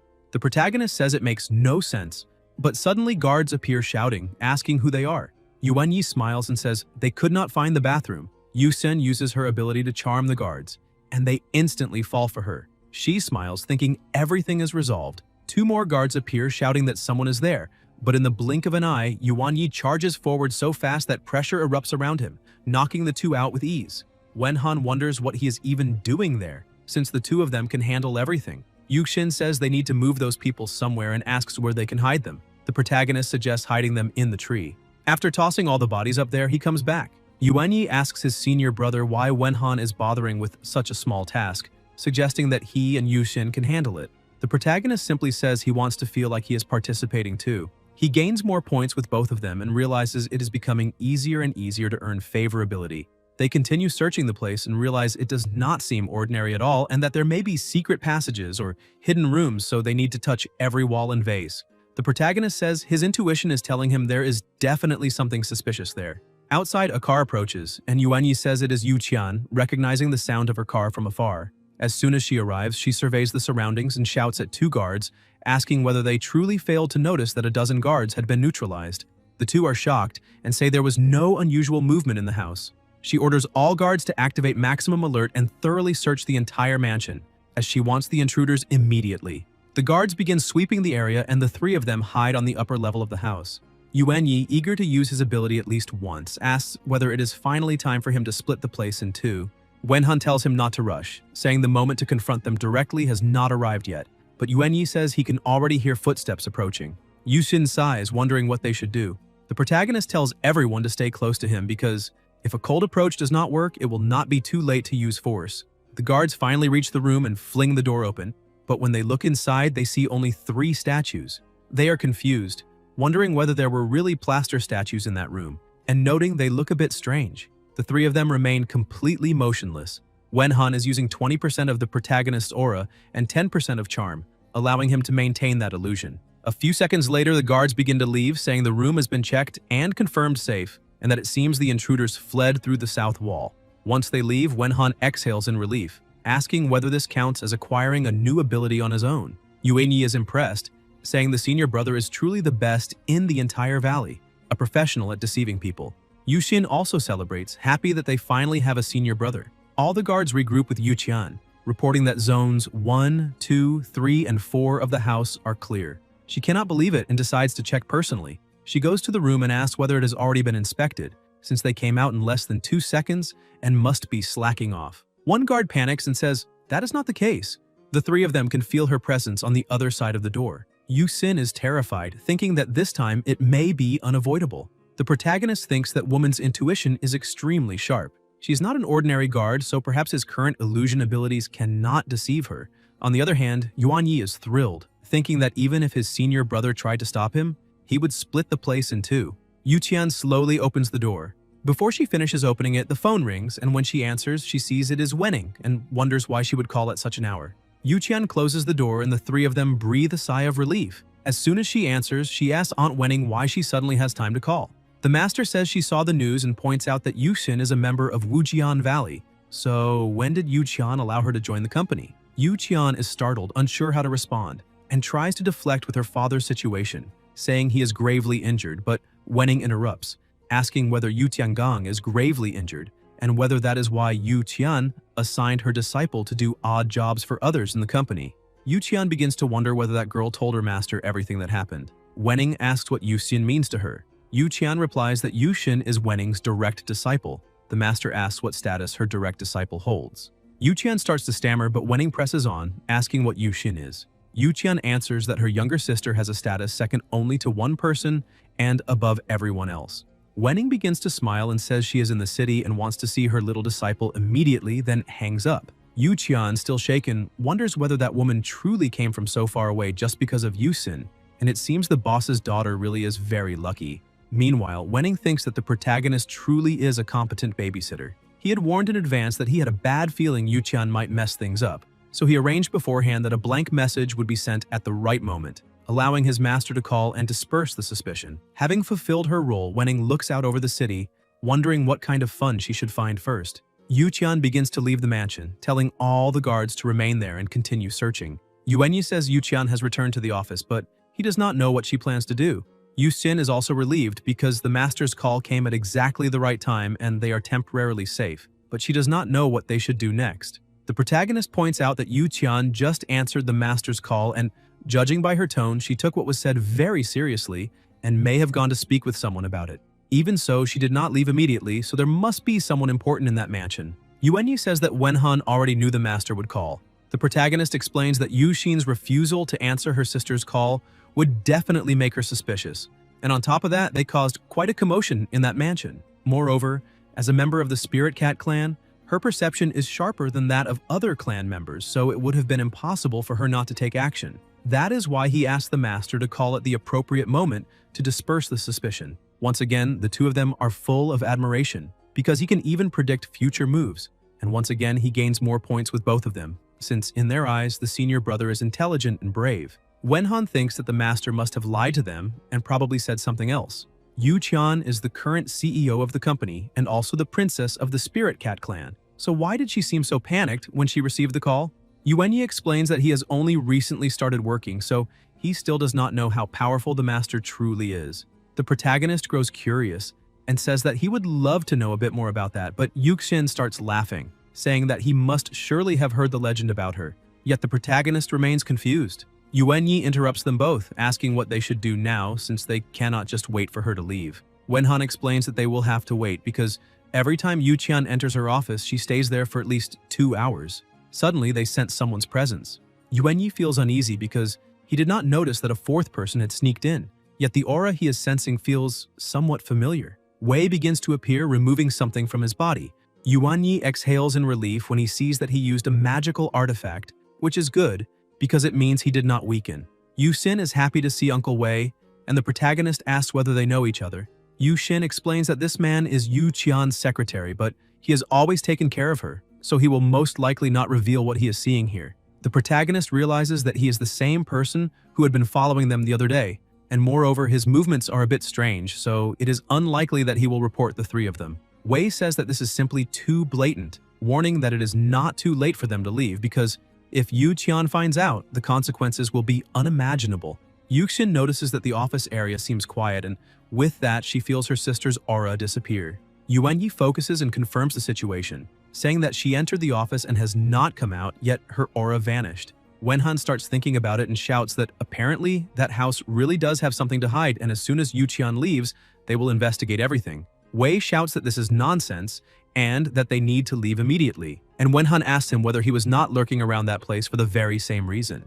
Yu Qian gets into the car and leaves the mansion. Yuanyi notices and says that her aura suddenly appeared in the office and now she has already left the mansion. The protagonist checks his phone and sees that she stayed there for 1 hour and 36 minutes. And now it is time for them to start searching. Wei keeps trying to stop them, asking why children never listen to adults. Yu-sin tells her uncle that no matter what happens, she has to find her mother, and if he does not intend to report it, then he can simply turn a blind eye.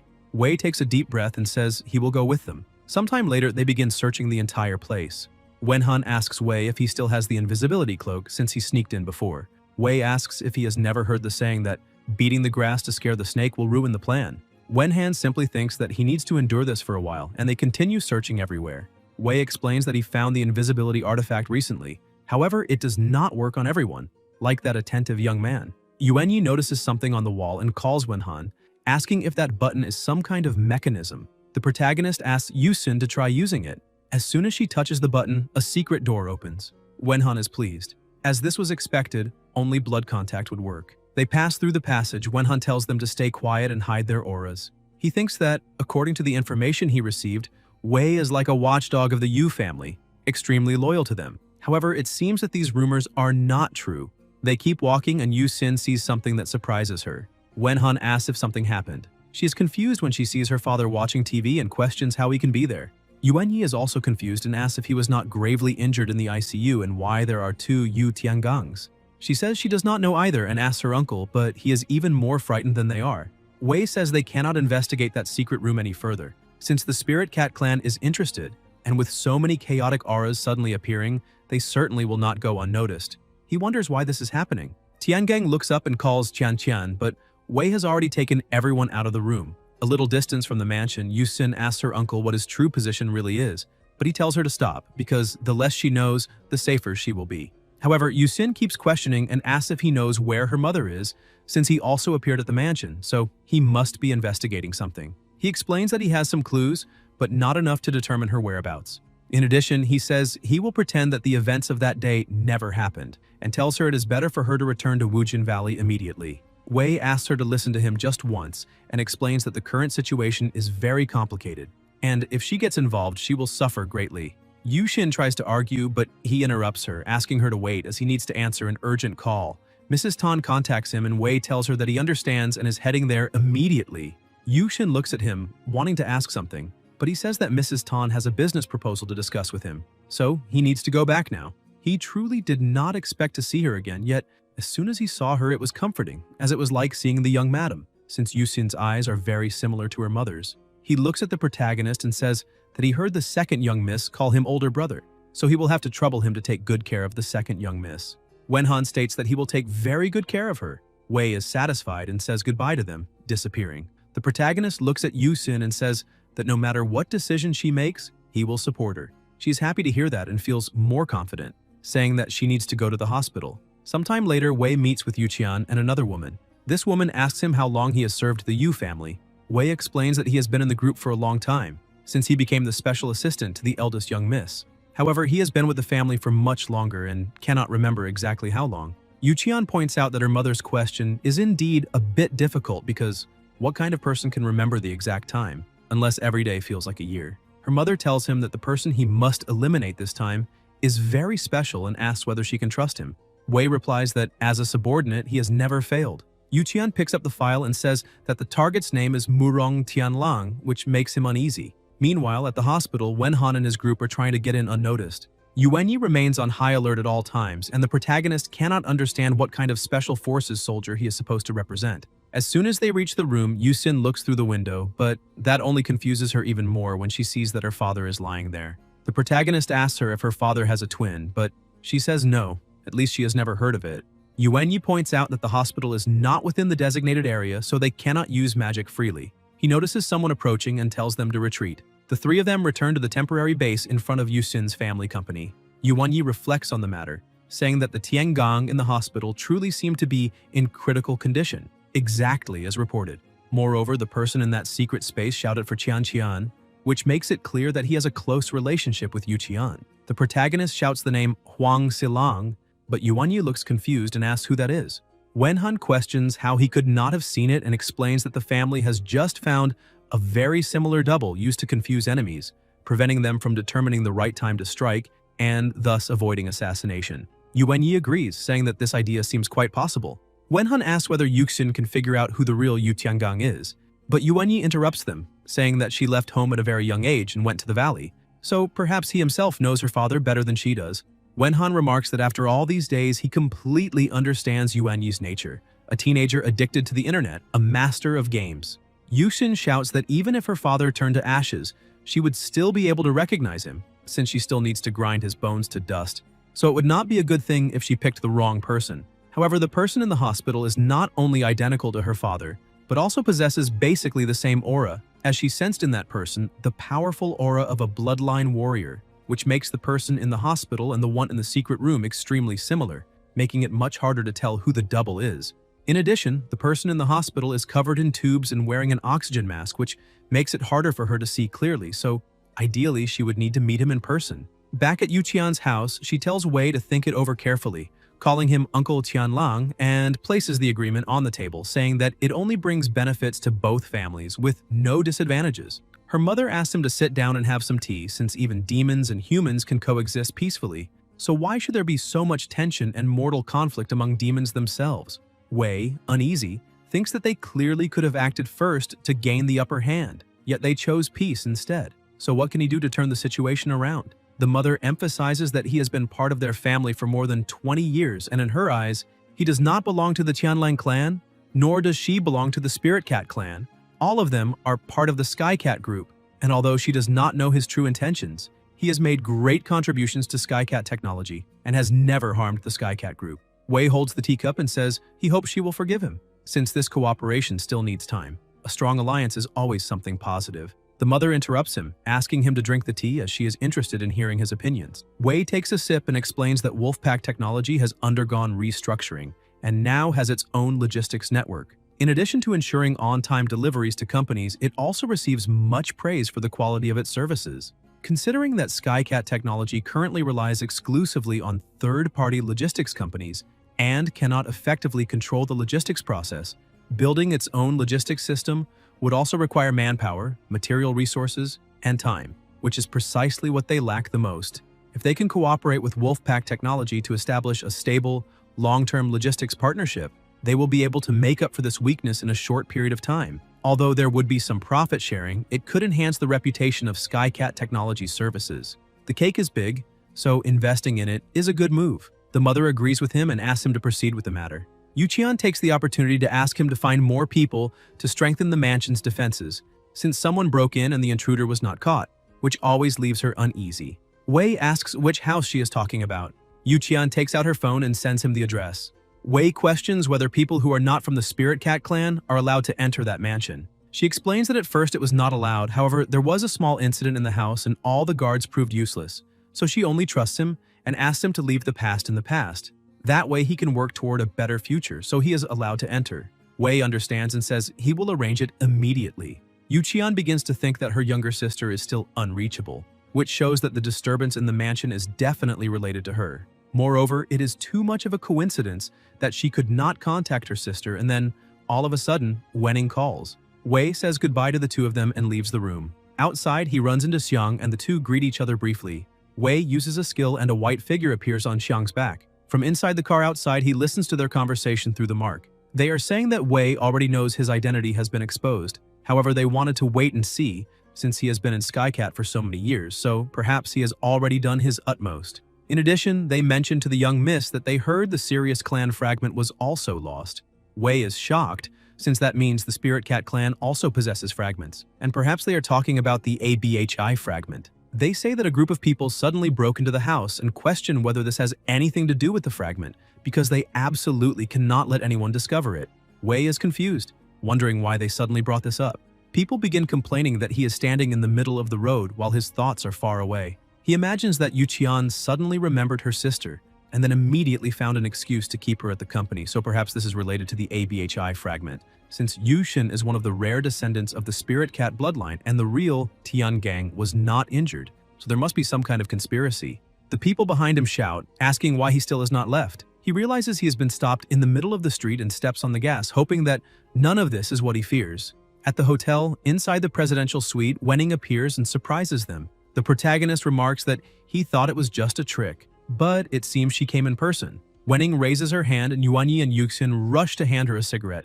Wenhan is surprised to see how the two are acting. Wenning explains that Hermes' new products for the year have been released, and they invited her to the selection event, and considering that the company's office furniture and materials are a bit old, it is time to buy some new ones. The protagonist asks why they invited Master personally, suggesting that next time they can just send the new products directly. While giving her a massage, he thinks that the secret to flattering someone in the workplace is to remember that the boss is always on a higher hierarchical level, and the second secret to flattering the boss is to massage their shoulders to give the impression that they are busy with countless daily tasks.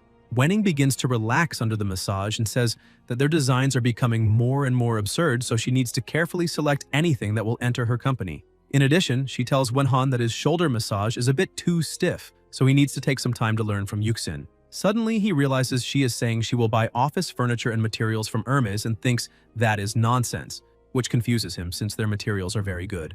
Master asks Yuxin to sit beside her so they can talk for 5 minutes. The protagonist keeps thinking that apparently his master is very rich, so his salary probably will not be delayed. However, the system once said Yuanyi was naive and lacked common sense, but then crossed out that information, so perhaps Master's evaluation is also only temporary. And payday is approaching, so maybe the boss will notice how hardworking he is and how much he cares about his younger companions, and give him an even bigger bonus. Wenning explains that she saw some news but wants Yuxin to recount everything in detail without leaving out any part. Yuxin begins telling the whole story, but Wenhan notices that Yuanyi is acting a little strange, since he's unusually quiet, not to mention that his body is still very stiff. Yuanyi calls out to his master, and the protagonist is startled to see that his voice is so low it is almost inaudible.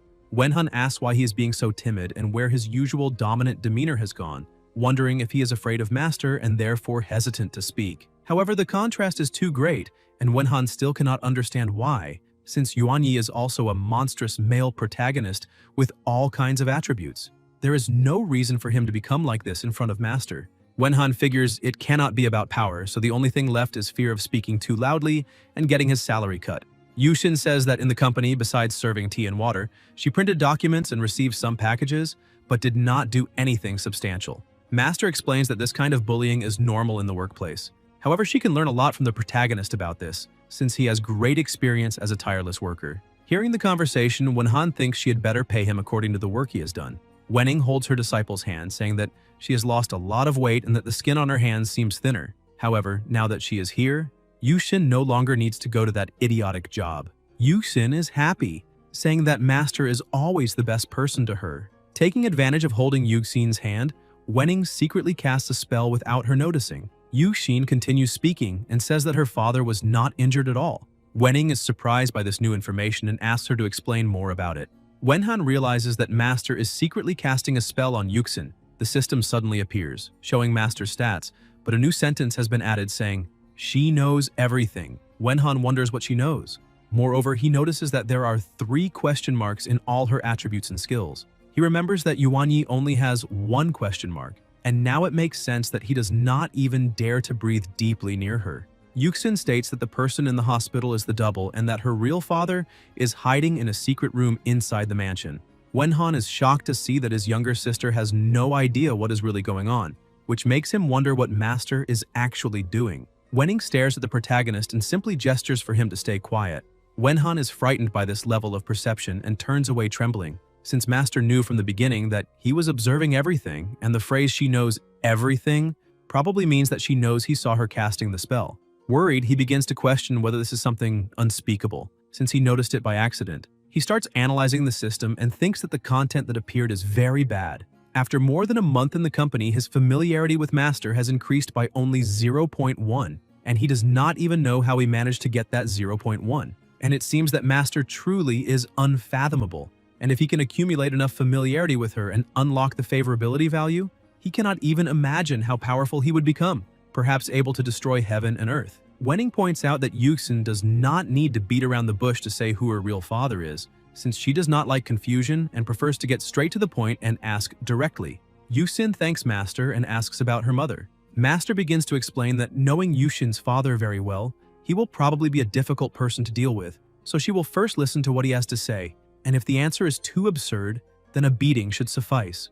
Yuxin agrees and says she will leave everything in Master's hands. Yuan Yi walks over to them and calls out to Wenning, his body trembling as he says he can no longer hold it in. He shouts that there is something he has been thinking about all day and needs to say, otherwise he will regret it for the rest of his life. She tells him to say what he is thinking. Like a true swordsman, Yuan Yi shouts that his hand is itching, and he is starting to feel withdrawal from not practicing with his sword. The protagonist is surprised to see that he kept this to himself just to torture himself internally. Wenning tells him to sit down and says he has already finished today's training, but Yuan Yi makes the face of an abandoned puppy and asks who will be responsible if he regresses. Moreover, he says that Master only shows affection to Yuxin, holding her hand, asking about her well-being, and giving her support, while, on the other hand, he only wanted to stretch his muscles a little. Wenhan watches the scene and realizes that Yuan Yi is trying to be manipulative. Yuan Yi keeps pleading for Master to grant him just this one request. The protagonist remains confused, since Yuan Yi is the reincarnated version of an unparalleled immortal swordsman, so he should be somewhat arrogant, capable of shattering mountains with a single punch and indifferent to everyone. So why does he look like a child throwing a tantrum just to go play outside? Wenning straightens up and says that Yuan Yi should know Article 1 of the Immortal Cultivation Association management draft like the back of his hand. Magic is forbidden in mortal realms, and she asks whether they still respect the law. He tries to say something, but she interrupts him, explaining that if her predictions are correct, he will soon have a chance to demonstrate his skills, and then he can enjoy himself. Yuan Yi becomes excited and asks when and where it will happen. Master asks why he is in such a hurry, saying she is only a seer, not someone who decides when fate unfolds. Moreover, she asks whether he truly wants her to shorten her own lifespan to reveal heavenly secrets. Yuxin also grows curious and asks Master what kind of opportunity it will be, but she only says they will find out very soon. Wenning stands up, tells Wenhan to take care of the two of them at the hotel, and disappears using magic. The protagonist is confused, thinking that she just lectured them about laws and the prohibition of using magic, yet she used it herself. At the Yu family mansion, the guards are on alert. Suddenly, they begin to feel an overwhelming presence. With each step Wenning takes toward the mansion, the pressure grows heavier, causing all the guards to faint simply from her presence. Impatient, she raises a finger and fires at the mansion, triggering an explosion. Inside the secret room, Tiangong feels everything begin to shake and wonders what is happening outside and why the space is collapsing. He teleports out to see what happened and realizes the house has been completely destroyed by a single attack. Wenning walks toward him and calls him by name. When Tiangong hears her voice, every hair on his body stands on end. Slowly, he turns around to confirm that it is truly her. Wenning asks whether he has been enjoying himself hiding like a marmot. Two insects are talking nearby, but Wenning steps on one of them, driving its companion into a frenzy. Tiangong stares at her and asks why she is there. Wenning says she only allowed Yu Xin to return for his funeral because she thought he was dying, so he had better think carefully before saying another word, or they will have a different kind of banquet that night. Tiangong raises his hands, saying this is an injustice, because even if he had the courage of a bear and a leopard combined, he would never dare deceive her. However, he says he had no choice and had his reasons, but Wenning merely looks at him, clearly displeased with those words. Even more frightened, Tiangong says he will tell everything without hiding anything at all. As Tamal has grown over the years, many people are no longer content with simply eating eggs. They want to be the ones distributing the cake, and if he had not prepared a substitute in advance, he would truly be in the ICU. And if she had gone online and searched a little, she would probably have seen news about the multiple assassination attempts he suffered. Because of this, he chose to operate in the shadows to find out exactly who is plotting against him and which of his subordinates harbor ambitions. Moreover, he truly wanted to see Yu Xin again, since she is his biological daughter. He explains that the two have not seen each other in more than a decade, so he misses his daughter deeply. Timal has grown tremendously, so he would like to take this opportunity to share some of the Tan family's shares with the mother and daughter. Wenning asks whether that makes him a loving father. He denies it, saying he would never dare claim to be loving, since he feels guilty and his heart is restless. He failed to fulfill his responsibilities as a father. Wenning thinks he is about to start the usual drama of someone cornered. Tiangong continues explaining and takes full responsibility for not informing them in advance, but he chose not to, because he was afraid Master would not allow his daughter to come see him if she knew the truth. And the bond between father and daughter is an unbreakable longing. Wenning recreates a sofa and sits down, looking at him. Tiangong thinks that Wenning knew exactly where he was, and this must also be related to the anomaly that happened earlier, so someone must have leaked his location. Wenning asks where Lu Yu is. He is startled by the question, and asks why everyone assumes he knows where that woman is. Yu Xin has always believed that the Yu family kept her mother under house arrest. It is true that he had a relationship with Lu Yu, and that their love was real and deep. After she disappeared, leaving Yu Xin still a baby, he sent countless people to search for her. However, even after so many years of searching, there was no news, so he has no idea where she might be. Taking advantage of the situation, he asks whether Wenning has any clues about the matter. She says she truly has no interest in discussing the past, but she would like to know what he thinks about Yu Xin's existence. Tiangong says that although reproduction between humans and demons is almost impossible, the feline demon tribe has probably had more contact with humans since ancient times, so the probability is indeed higher than that of other tribes.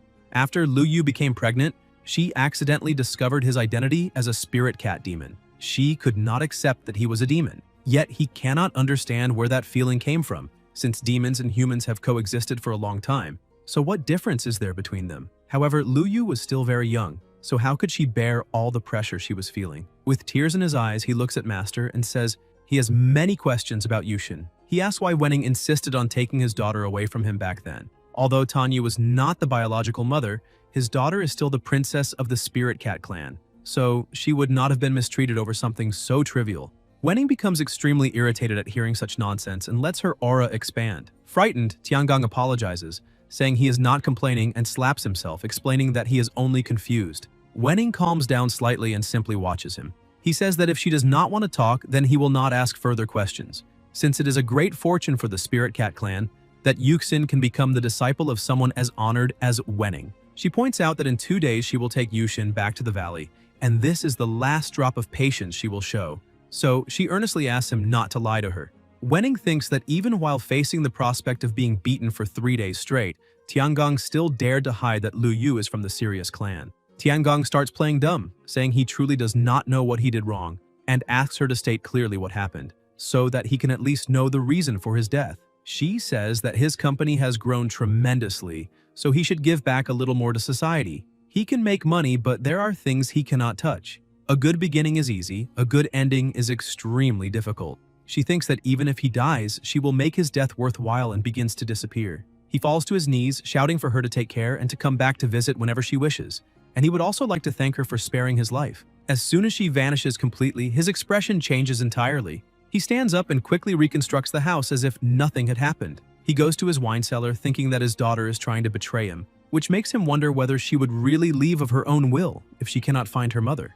While savoring a glass of wine, he remarks that all those pieces are antiques he acquired with great effort, but a 1,000-year-old virgin has a difficult temperament to deal with. Irritated, he says she went too far, and it would have been better if she had stayed in the valley. Yet she insisted on meddling in his family affairs, and if she continues being unfair, then he will be disloyal, and after that, no one will be able to save her. He drinks the wine elegantly and carefully places the glass on the floor, thinking that he knows how to bend and stretch so he will be able to control her easily. Meanwhile, Wei arrives at his destination. He steps out of the car and begins walking until he suddenly passes through a barrier and appears somewhere else. Several guards run toward him and bow, addressing him as Second Prince. He goes to see his imperial brother. Wei's real name is Tianlang, so from now on he will be referred to as Tianlang. His imperial brother greets him, asking him to look at the fish he is raising, but Tianlang goes straight to the point and asks whether the Abichi fragment is still with the clan, and he replies that it is still there. Tianlang explains that he was browsing the Tmall group and heard the Spirit Cat royalty mention the loss of the ABHI fragment, and as his own brother had said before, there are only 2 ABHI fragments in that world, with the Spirit Cat and Sirius clans each guarding one. After hearing the comment about the fragment being lost, he became extremely worried, so he immediately returned to ask about it. The imperial brother is surprised by this information and asks whether the Spirit Cat's ABHI fragment was also lost and when that happened. Tianlang explains that it was recent, but questions what his brother meant by also lost. The imperial brother lets out a deep sigh, saying that this is not a glorious matter. Tianlang urges him to pay attention, saying that the loss of the fragment, Yushin's return, and Tiangong pretending to be ill are not coincidences. All these events together are highly suspicious, so he begs his imperial brother not to hide anything from him. The imperial brother remarks that he never imagined events that happened 1,000 years ago would still affect them today. 1,000 years ago, Prince Murong Jun of the Sirius clan and Princess Tan Qing of the Spirit Cat clan married and gave birth to twins. The younger twin sister, who later became Princess Wan Ning, awakened an ability capable of shaking the world and dragging everyone into an endless nightmare. That ability was called the Source of Nightmares. Possessing such terrifying power was undoubtedly an extremely dangerous existence. Thus, the once golden princess became someone avoided by all. The Sirius clan and the Spirit Cat clan jointly decided to build a massive cage and imprison the princess within a barrier. She endured both physical and mental torment inside that cage. They even used magic to punish her, attempting to weaken her powers. As she spent her days imprisoned, she questioned why her father and mother had abandoned her, not to mention that it was unbearably cold inside that barrier. In the end, having lost everything, the princess turned to darkness. Deeply repressed, she fused with the source of nightmares, obtaining supreme power and dragging everyone into an endless dream. Wherever she went, clan members fell into ceaseless nightmares, reliving the pain she had suffered for all those years. The Spirit Cat clan and the Sirius clan fought the princess with all their strength and finally invited a legendary and powerful cultivator. The spiritual battle between the princess and the mighty cultivators lasted 3 days and 3 nights. In the end, the princess's power was exhausted, and she vanished as she dissipated. Her malicious thoughts shattered into Abihai fragments. That was the only good thought that cursed the Sirius and Spirit Cat clans, forbidding them from ever having mixed blood descendants again so they would not repeat their own mistakes. Afterward, the ABHA fragment was divided into 2 and kept by both the Spirit Cat clan and the Sirius clan. Tianlang asks his brother when the fragment was lost. The imperial brother says it was 25 years ago, disappearing along with his sister. He suspected she had taken the fragment and wanted to search for something in secret since many of the older clan members still vividly remembered that catastrophe. The imperial brother emphasizes that he was responsible for guarding the fragment and feared the clan members finding out, as their morale would deteriorate. Moreover, he also feared implicating his sister, so he did not want anyone besides himself to know about it. Tianlang asks whether Yu Xin's birth could be related to the fragment.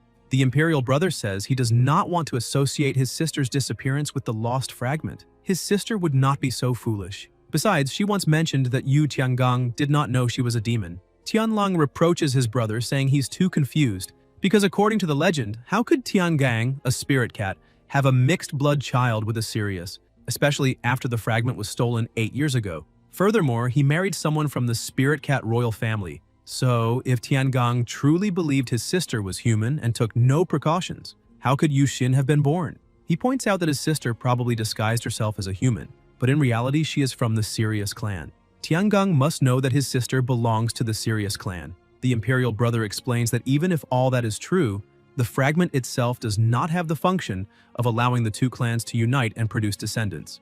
Tianlang agrees. However, he says that the fragment and Yuxin, who carries blood from both clans, must be connected. Therefore, how she was actually born is no longer the main issue. The imperial brother begins reflecting on everything that has been said, and the two arrive at the same conclusion. If this is truly the case, then Yuxin's situation is extremely dangerous. Meanwhile, at the fortress, Yuxin feels somewhat uneasy, wishing she knew how her master confirmed everything. Suddenly, Wenning appears and Yuxin runs to her, asking how things went and whether she made any progress.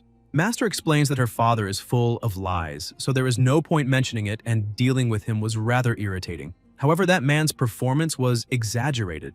The more humble and innocent he tried to appear, the clearer it became that he knows her mother's whereabouts. Yuzin is so at a loss that she simply apologizes, but Wenning asks why she is apologizing, since it is her trash father who is the problem. She scolds Yuxin, saying that as her disciple she must not always keep sorry on her lips, because she should first consider that the fault might lie with the other party. Therefore, she should not try to stage melodramatic scenes about taking a step back and letting the sea part. Yuxin says she understands and thanks her for the lesson. Wenning asks where the other two are. Yuxin explains that she just went downstairs to pick up takeout, so they should be in the elevator. Still irritated, Master says that old man is like a slippery worm. Relying on him for useful information is like expecting a sow to climb a tree. Yuxin's phone starts ringing. As soon as she checks it, she sees a message from Tianlang saying he has something very important to discuss with her, asking her to go to the Sirius Palace to meet him, and sending the address. Her master says she can go, so she replies that she's on her way. A few minutes later, the protagonist and the sword god enter the apartment, telling Master they brought food. Yuanyi says it is the same as Shax's, but Wenning looks disappointed, since Shax's delicacies do not pair well with alcohol. She tells them to leave the food on the table because they have something to do. The protagonist gets excited and introduces himself in a ridiculous way, asking how he is doing, but she says they only need to take a taxi. Shortly afterward, they arrive at the destination. But when they try to enter, Wenning realizes there is a barrier. She wonders whether he already anticipated that she would come and resorted to such ridiculous tricks. Wenhan asks if something is wrong. Wenning explains that the barrier has been activated and a sorcerer cast an obstruction spell over both spaces. Now it is impossible to teleport into the Sirius clan's domain. Yuxin adds that she cannot even use her phone. Master says that is normal since the passage is blocked, communication signals cannot pass through. Yuanyi touches the barrier and says that when new signal towers were promoted before, emphasizing strong signal penetration, everyone rejected them as useless, but now their village must be without internet. The protagonist thinks it looks very much like a membrane. Meanwhile, the imperial brother checks the time and realizes half an hour has passed since the agreed meeting time, asking whether it is possible they ran into trouble. However, he notices there is no internet and even the teleportation barrier has been blocked, which makes him wonder whether Sirius discovered their intentions. Tianlong says that is unlikely, and even if Yuqian and her mother discovered that he is part of the Sirius royal family, if they believed he was merely a commercial spy, there would be no need for such an extra measure. They could have handled him through normal legal channels. Moreover, from what little he has gathered, the two have no idea that Yuxin is a hybrid. They only think that Yuxin's mother seduced Tiangang to climb the social ladder, leading to infidelity, so their hatred toward Yuxin runs deep. In addition, he explains that those two were not involved in core business before, and if they knew Yuxin's true identity, they would have come to speak with them immediately instead of blocking the barrier. The imperial brother states that something important is about to happen. Yuxin keeps trying to contact them but cannot, as her phone shows that it is out of coverage. The sword god realizes this is his long-awaited moment and tells Yuxin to stop trying and let him attempt to break the barrier with a single strike. Master asks whether he acquired another new skill and tells him to control himself so he does not damage the plants. Wenning begins making a note that the unworthy disciple named Yuan Yi, disregarding the law, arbitrarily used martial arts to vent his anger over not having internet on his phone, causing significant losses. The sword god shouts that he was only joking, the protagonist still having no idea why they are here. asks what exactly this important matter is, since Tianlang was always so reserved before and never answered their questions. So why did he suddenly decide to arrange a meeting with them this time? Moreover, the protagonist notices something else strange, pointing out that Yuxin belongs to the Spirit Cat clan. So why was she summoned to a meeting at the Sirius clan palace, since normally those who are not of the same tribe are not allowed to enter without reason? Yuxin says she also does not know exactly what is going on, since Tianlang did not explain much, only that it was urgent. The protagonist says Tianlang cares deeply about Yuxin, so he will probably try, in a friendly way, to persuade her not to get involved in company affairs. He might even secretly infiltrate the house to gather information and help them cover things up. However, after thinking a bit more, he suddenly shouts that he realized something very interesting and asks whether the two of them are related, because the way that guy looks at her is exactly like how his own uncle looks at him. Yuxin explains that this is not the case. Tianlang worked for her family for many years and personally took care of her very well. So, as a sign of affection, she calls him uncle, since she never heard of having a real uncle, much less one from the Sirius clan. The protagonist asks why that would be impossible. Master interrupts them, releasing her power. She tells Yuxin that Tianlang truly is her uncle, and explains that she is a hybrid of the Sirius and Spirit Cat clans. Her mother, Lu Yu, is a princess of the Sirius clan, and her original name was Murong Zhengxia. Even after hearing this explanation, Yuxin remains completely confused, denying it and asking how that is possible, how she could possibly carry Sirius blood. Wenhan points out that reproductive isolation should not exist in the demon world, so why is she so shocked? The Sword God explains that the two clans are cursed, making them absolutely incapable of producing descendants together. After analyzing the barrier, Wenning prepares to break it. Yuxin asks her master what exactly is going on, but Wenning says the only person who has that answer is her father. As the barrier is damaged, the cell signal returns and the phone begins to ring. Yuxin says her father is calling, and Master tells her to put it on speaker. Her father says he has finally found her mother and just sent the location, asking her to go immediately, as they will meet at his house soon. He also sends an image showing her mother. Yuxin calls out to Master. Wenning senses that she wants to go and asks whether she truly wishes to go there. Yuxin replies yes. Even though she knows it is not a good time, she has been searching for her mother for so many years, and now she finally has a chance to see her. Even if her father is lying again, she wants to be certain that her mother is there. Wenning says that is fine since the mystery is about to be revealed, but in the next stage of the journey they will have to deal with this temporarily. Yuxin becomes slightly confused and wonders whether Master is angry about her decision, but Wenning scolds her, reminding her not to play the victim and not to apologize without reason. She then explains that she cannot leave the barrier now because the caster is very cunning and placed a double reverse spell over the obstruction spell. Apparently, the caster anticipated that she would be there and would break the barrier as soon as she found an issue with it. Now the reverse spell is active. If she does not completely dispel the obstruction spell, the barrier will release all the power she infused into it. The protagonist, still bewildered, wonders why his master has been holding her hand up all this time. Wenning explains that he wants to separate her from them temporarily, but she considers it a petty scheme and thinks she's being underestimated. She adds that the entire city will be affected because of this, and it will be troublesome to write the report. The protagonist glances again at her status and thinks that indeed she does not look like someone who will write the report. While holding up the barrier, she tells all her disciples to listen carefully to her orders. She grants them permission to use immortal magic in the mortal world, but strictly forbids them from harming innocents. The Sword God becomes excited, recalling that Master said he would have an opportunity, and it seems that moment has arrived. He draws his sword, shouting that his master truly predicts events like a goddess, always seeing several steps ahead, and now it is time for him to have a proper fight, since his hands have been itching to cut something. He raises his sword, which carries an all-encompassing energy of 30,000 Lai, and with a single strike, its cold brilliance sweeps across 19 states. He drives his sword into the ground, and his master notices, saying that the asphalt roads are innocent too, so he will be paying for the repairs. The protagonist begins to tremble, seeing that everyone possesses monstrous strength while he is still far from being able to do anything significant. Wenning calls him over and points out that he has the most important role. As the most experienced and eldest senior brother disciple, it is his responsibility to look after his younger brothers and sisters. With everything arranged, they set off and, after some time, arrive at a small house in the middle of a forest.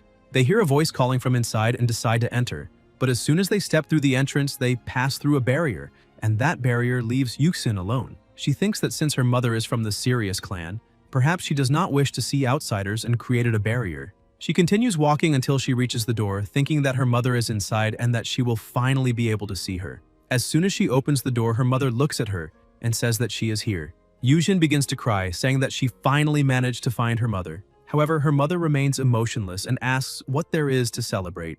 Yushin is startled and asks if she did something wrong. Her mother stands up and says that if she had not had her as a daughter, she would not have been trapped for more than a decade. As a princess of the Sirius clan, she should have lived a privileged life. But because of her daughter, an unwanted existence, her destiny was ruined. Her mother grabs her face, saying that the more she looks at her, the more she is reminded of the years of suffering and torment she endured. Leaning closer, she asks whether Yushin can still be so happy after learning all this, and says that she was born wrong. Meanwhile, elsewhere, Yuanyi and Wenhun are peering into a well. The sword god asks the protagonist if he heard something, but suddenly the two begin to sense a strange and terrifying energy. Yuanyi grabs Wenhun, shouting that he is very afraid because there is a female ghost inside. The protagonist cannot believe what he just heard. He thinks that the legendary and unparalleled immortal swordsman, the dragon Ao Tian, who can shatter heaven and earth, is afraid of a ghost. Yuxin recalls her past, thinking that she is an illegitimate child and that her birth was never planned. Since childhood, she was cautious, knowing that her existence would be a burden to her mother. Children born out of wedlock, another woman in those days, those were things to be despised. Her mother always frowned just as she is doing now. Her childhood was filled with endless arguments between her parents because of her. She remembers herself as dark clouds on a rainy day, dull and gray, without a single ray of light breaking through. Yuqian's mother would scold Yushin's mother, calling her a despicable woman who ruined other families and wanted to climb socially at the expense of another household to seize company shares. In addition, there were always others calling Yusin an aberration, a bastard, an unwanted and unlucky existence. All of this made her imagine more than once how free and easy her mother's life would be if she did not exist. Later, her master appeared and invited her to follow. Yushin thinks that although she could not choose her birth, she could choose her departure. Leaving in exchange for her mother's freedom did not seem so bad. Even if she was far away, her mother would be fine. At least that is what she believed. For all these years, she lived thinking that her sacrifice had meaning and that her mother still loved her. Unable to hold back her tears, she begins to scream, asking why. But her mother keeps a contemptuous look, telling her that she hates her and that if trash like her did not exist, everything would be better. Yushin collapses to her knees, asking why her mother has the same look as those people who despised her all her life. Why she too must be an impure existence in her own mother's eyes. With that shock, Yushin suffers a mental breakdown, questioning why she sacrificed everything, since it is not her fault. It is not as if she chose to be born. As her mind spirals into chaos, something begins to happen, and, nearly losing consciousness, she falls to the ground, begging her mother not to look at her that way. Meanwhile, outside, the rooftops begin to tremble and the protagonist asks what is happening. Yuanyi, utterly terrified, asks whether the ghost is about to crawl out, but he does not understand why everything is shaking and soon starts crying, shouting that the ghost must be enormous. The protagonist keeps thinking that this is the first time he has ever heard of an unparalleled immortal swordsman who is afraid of a ghost. Wenhun shouts at Yuanyi, telling him to calm down, since the epicenter is not the old well and something unexpected probably happened to Yuxin, so he must ignore his fear and stop focusing only on the ghost. But the sword god keeps crying desperately, saying he cannot control this kind of thing. The protagonist explains that their opponent trapped Master inside the barrier and then lured them here. Right after that, they separated the two of them from Yuxin. Moreover, they clearly knew about Yuanyi's weakness, his fear of ghosts, and sent a ghost to tie them down here. So they are obviously planning something involving Yushin. He asks whether this entire conspiracy is really less frightening than a mere ghost. This whole matter must be related to Yuxin's hybrid bloodline, and if they do not act immediately, something very serious could happen to her. Therefore, they cannot just sit there waiting, they have to find Yuxin at once. In such a critical moment, the true male protagonist cannot fail. The protagonist adds that there is nothing to fear in a ghost. If they win, the ghost will be eliminated, and if they somehow lose, they will become ghosts too, and can teach that other ghost a lesson. Either way, they will smash that idiotic ghost's face. The sword god begins to calm down and agrees that they must find Yuxin. But just as he is finally steadying himself, a woman starts crawling out of the well, nearly scaring them to death. Wenhun cannot understand what kind of idiot designed this male protagonist like this. The ghost stares at the two of them as it climbs out, saying that Dalang has arrived and it is time for them to take their medicine. Yuanyi keeps screaming that the ghost is getting closer and he does not want to take the medicine. Wenhun, annoyed, shouts at the ghost to take its own medicine, since it is interfering with more important matters and will be exorcised right now. The ghost keeps approaching, telling them to take the medicine. Yuanyi trembles in terror at the way it moves and advances. The protagonist explains that ghosts are all like this, and asks whether he has not gotten used to it yet. He thinks that if the immortal sword god keeps acting like this in critical moments, he will not be reliable. Fortunately, his current strength is not what it used to be, and relying on heaven and earth is not as good as relying on oneself. He activates the system and uses 22% of Yuxin's ability. As soon as he activates it, the ghost begins seeing the image of its second uncle. The protagonist is confused, not understanding what is happening. The ghost moves closer to the supposed uncle, asking why he has trash on his head and saying she will help him. But the uncle scolds her, asking how she dared to give his medicine to others and saying that now she deserves punishment. Yuanyi becomes even more terrified at the scene. Seeing that using Yuxin's ability did not solve much, the protagonist switches to 30% of the sword god's ability. The ghost leaps forward to attack, but he forms a sword of energy and slashes directly, instantly eliminating it. He says that it is fine now, the ghost has been defeated, and they must figure out how to leave. However, he does not understand why Yuanyi is still so afraid, since he only used 30% of the true sword god's abilities, and even so, a single strike was enough to destroy that ghost.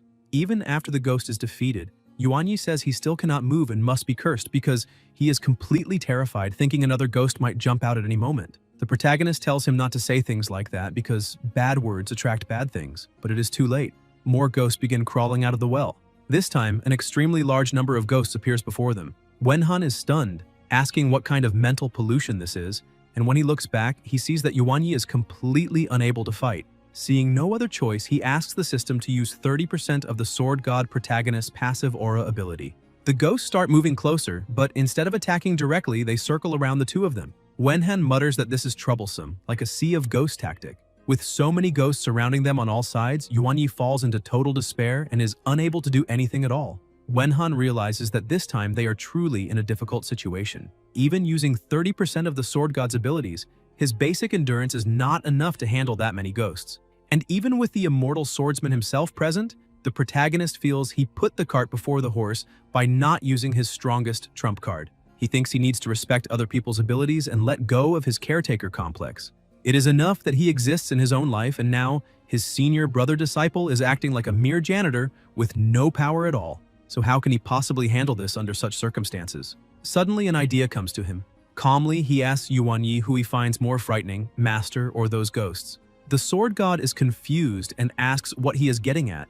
Wenhan explains that if Yuanyi does not stand up right now and clean up this mess when they return, he will honestly report the sword god's performance to Master. Before they arrived, Master specifically instructed them to take good care of Yuxin, so he would really like to know what Master will think when she learns what actually happened here. Perhaps not even everyone's pleas would be enough to save him.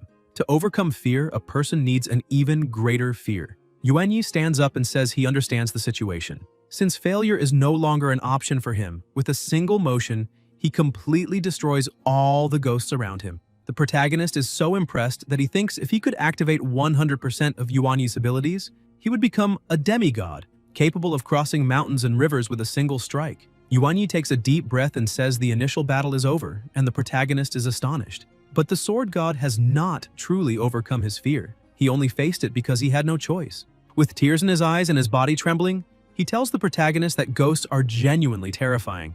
Even though he fears nothing else in life, he still has an inexplicable fear of ghosts. Yuanyi says he just needs to keep working hard since there are still many ghosts to eliminate. The protagonist adds that Yuanyi must always keep in mind that the only thing he should fear is disappointing Master. The sword god agrees and without hesitation charges at the ghosts, wiping out nearly all of them. While he fights, the protagonist merely coordinates the battlefield, warning where and when the ghost will appear or attack. Yuanyi continues slashing with his eyes closed, shouting that ghosts are still frightening. Yet he remembers Master saying that if her prediction is correct, he will soon have the chance to demonstrate his skills. Even though he is terrified, he focuses, thinking that he did not want this opportunity, but he has no choice. Another ghost pokes its head out of the well, asking where all its companions who just went up have gone. But Yuanyi is already losing control. Even with his eyes closed, he senses the ghost's presence and turns toward it. Now the roles are reversed. Instead of him being utterly terrified of the ghosts are terrified of his immeasurable power. The ghost immediately scrambles back down into the well, shouting that it saw a real ghost and that everyone must retreat at once. With the situation resolved, the protagonist tells him it was not that difficult. Not only did they clear the entire area, but the ghosts themselves were frightened away. Yet, Yuanyi still insists that ghosts are terrifying. Wenhan says that what is truly terrifying is an angry master. Curious about his affinity progress, the protagonist opens the system interface. He is surprised to see that even though he acted bravely, reversed the situation, protected the place, and safeguarded his younger brother disciple who was afraid of ghosts, their affinity did not increase at all. Wenhan thinks the only plausible explanation is that this guy has the grudging attribute, since he was threatened just once, and the points did not rise. Suddenly, a notification appears in the system interface, and the protagonist wonders if a new character card has really appeared. When he opens it, the image of the ghost appears. It shows the affection value, recording the familiarity of the character Golden Lotus of Lingenfall. Her exclusive abilities are also displayed, showing that she possesses balance, graceful voice medicine, and that the full description will appear within 24 hours. In addition, she can poison an enemy. The character's familiarity guarantee is 100, and the character's affection is also 100. The protagonist is stunned, since he never imagined that kind of thing could also be added to the character illustration book. Moreover, that set of abilities is truly extraordinary. Yet he is still a bit confused, wondering where that unconditional affection came from, and asks the system to explain more clearly what all of this means. Since he and the sword god harmed that ghost's entire family, and even so, she loves him as if he were her first love. Suddenly, the barrier surrounding the place begins to shatter and they return to the previous courtyard. Wenhan senses a completely strange energy coming from inside the house and says something is wrong and they need to go in immediately. However, since someone might be waiting on the other side of the door, the two decide it is better to enter through the roof. As soon as the protagonist reaches the spot where that power is most concentrated, he breaks through the ceiling and, looking down, sees that Yuxin's mother is not her mother at all, but a monster trying to kill her. Seeing that scene, Yuanyi becomes furious, unable to understand how Tiangong could be considered a father if he led his daughter into such a trap. However, this is not the time to dwell on that, since they must save her. The two jump in and Yuanyi goes straight for the monster. It senses the attack and dodges, releasing Yuxin. The woman grows irritated, saying they ruined the progress of the game and that she cannot forgive such rudeness. But when she tries to retaliate, she is easily suppressed. While lying on the ground attempting to regenerate her body, Yuanyi tells Wenhan to take Yuxin out of the house because he will stay and teach that piece of trash who pretended to be his younger sister's mother a lesson. The sword god declares that the woman is despicable, since she exploited a girl's longing for her mother to deceive and harm her. And if anyone dares to disrespect the valley, then they must bear the responsibility of being re-educated and learn what the word fear truly means. The woman only laughs, saying they will not be able to save her, and transforms into her true monstrous form to attack. But the sword god proves why he holds that title. With astonishing speed, he slices her apart again, sending her straight to hell, yet the remaining fragments of her body attempt to regenerate. Yuanyi thinks the woman is an idiot asking for trouble, and as he concentrates his energy into his blade, he unleashes another strike, making her disappear completely. A massive explosion follows, utterly destroying the cabin. The protagonist is shocked, as it seems there are no limits to that man's power. A final trace of the monster's energy warns that they will not be able to save her, before vanishing entirely. Yuanyi smiles, thinking this was expected of him. After cleaning up the mess, he asks about Yuxin. The protagonist says there is nothing they can do for now, since she shows no sign of waking up. Yuanyi says they must return to Master. Meanwhile, she is still at the barrier, but finally reaches the critical point and breaks it. A small crack in space-time appears, and Tianlang and his imperial brother step out from within. They thank Wenning, addressing her as Your Excellency for helping them break the barrier. She says it is nothing, but asks them to be more careful from now on. The imperial brother, angered by the situation, says that tampering with the teleportation portal violates the rules of the Cultivators and Mortals Association. So which idiot would dare to do such a thing? Wenning tells Tianlang that he should know very well who it is. He replies that besides Tiangong, he cannot imagine anyone else who would do this, yet Tiangong should be in the ICU after surviving an assassination attempt. Wenning explains that the person in the ICU is a double, and the real one is hiding in a secret room at his house on the outskirts of the city. She also says they should have returned by now. Suddenly, a taxi stops in front of them, calling out for Master. The protagonist says that Yuxin was ambushed. Yuanyi, still furious, says that Tiangong thinks too highly of himself if he believed he could defeat a young master like him with just a lackey. Tianlang rushes off to help Yuxin while Wenning simply observes. She understands the situation and introduces herself as the Grand Elder, saying she has come to visit the Tianlang clan's territory, but since one of her disciples encountered an accident and is unconscious, they will temporarily remain within the clan's territory to avoid further disturbance. The imperial brother opens an entrance and respectfully invites her in. Wenning takes the lead and steps inside first. Guys, if you enjoyed the video, leave a like, comment, and subscribe to the channel so you don't miss new content. Thank you.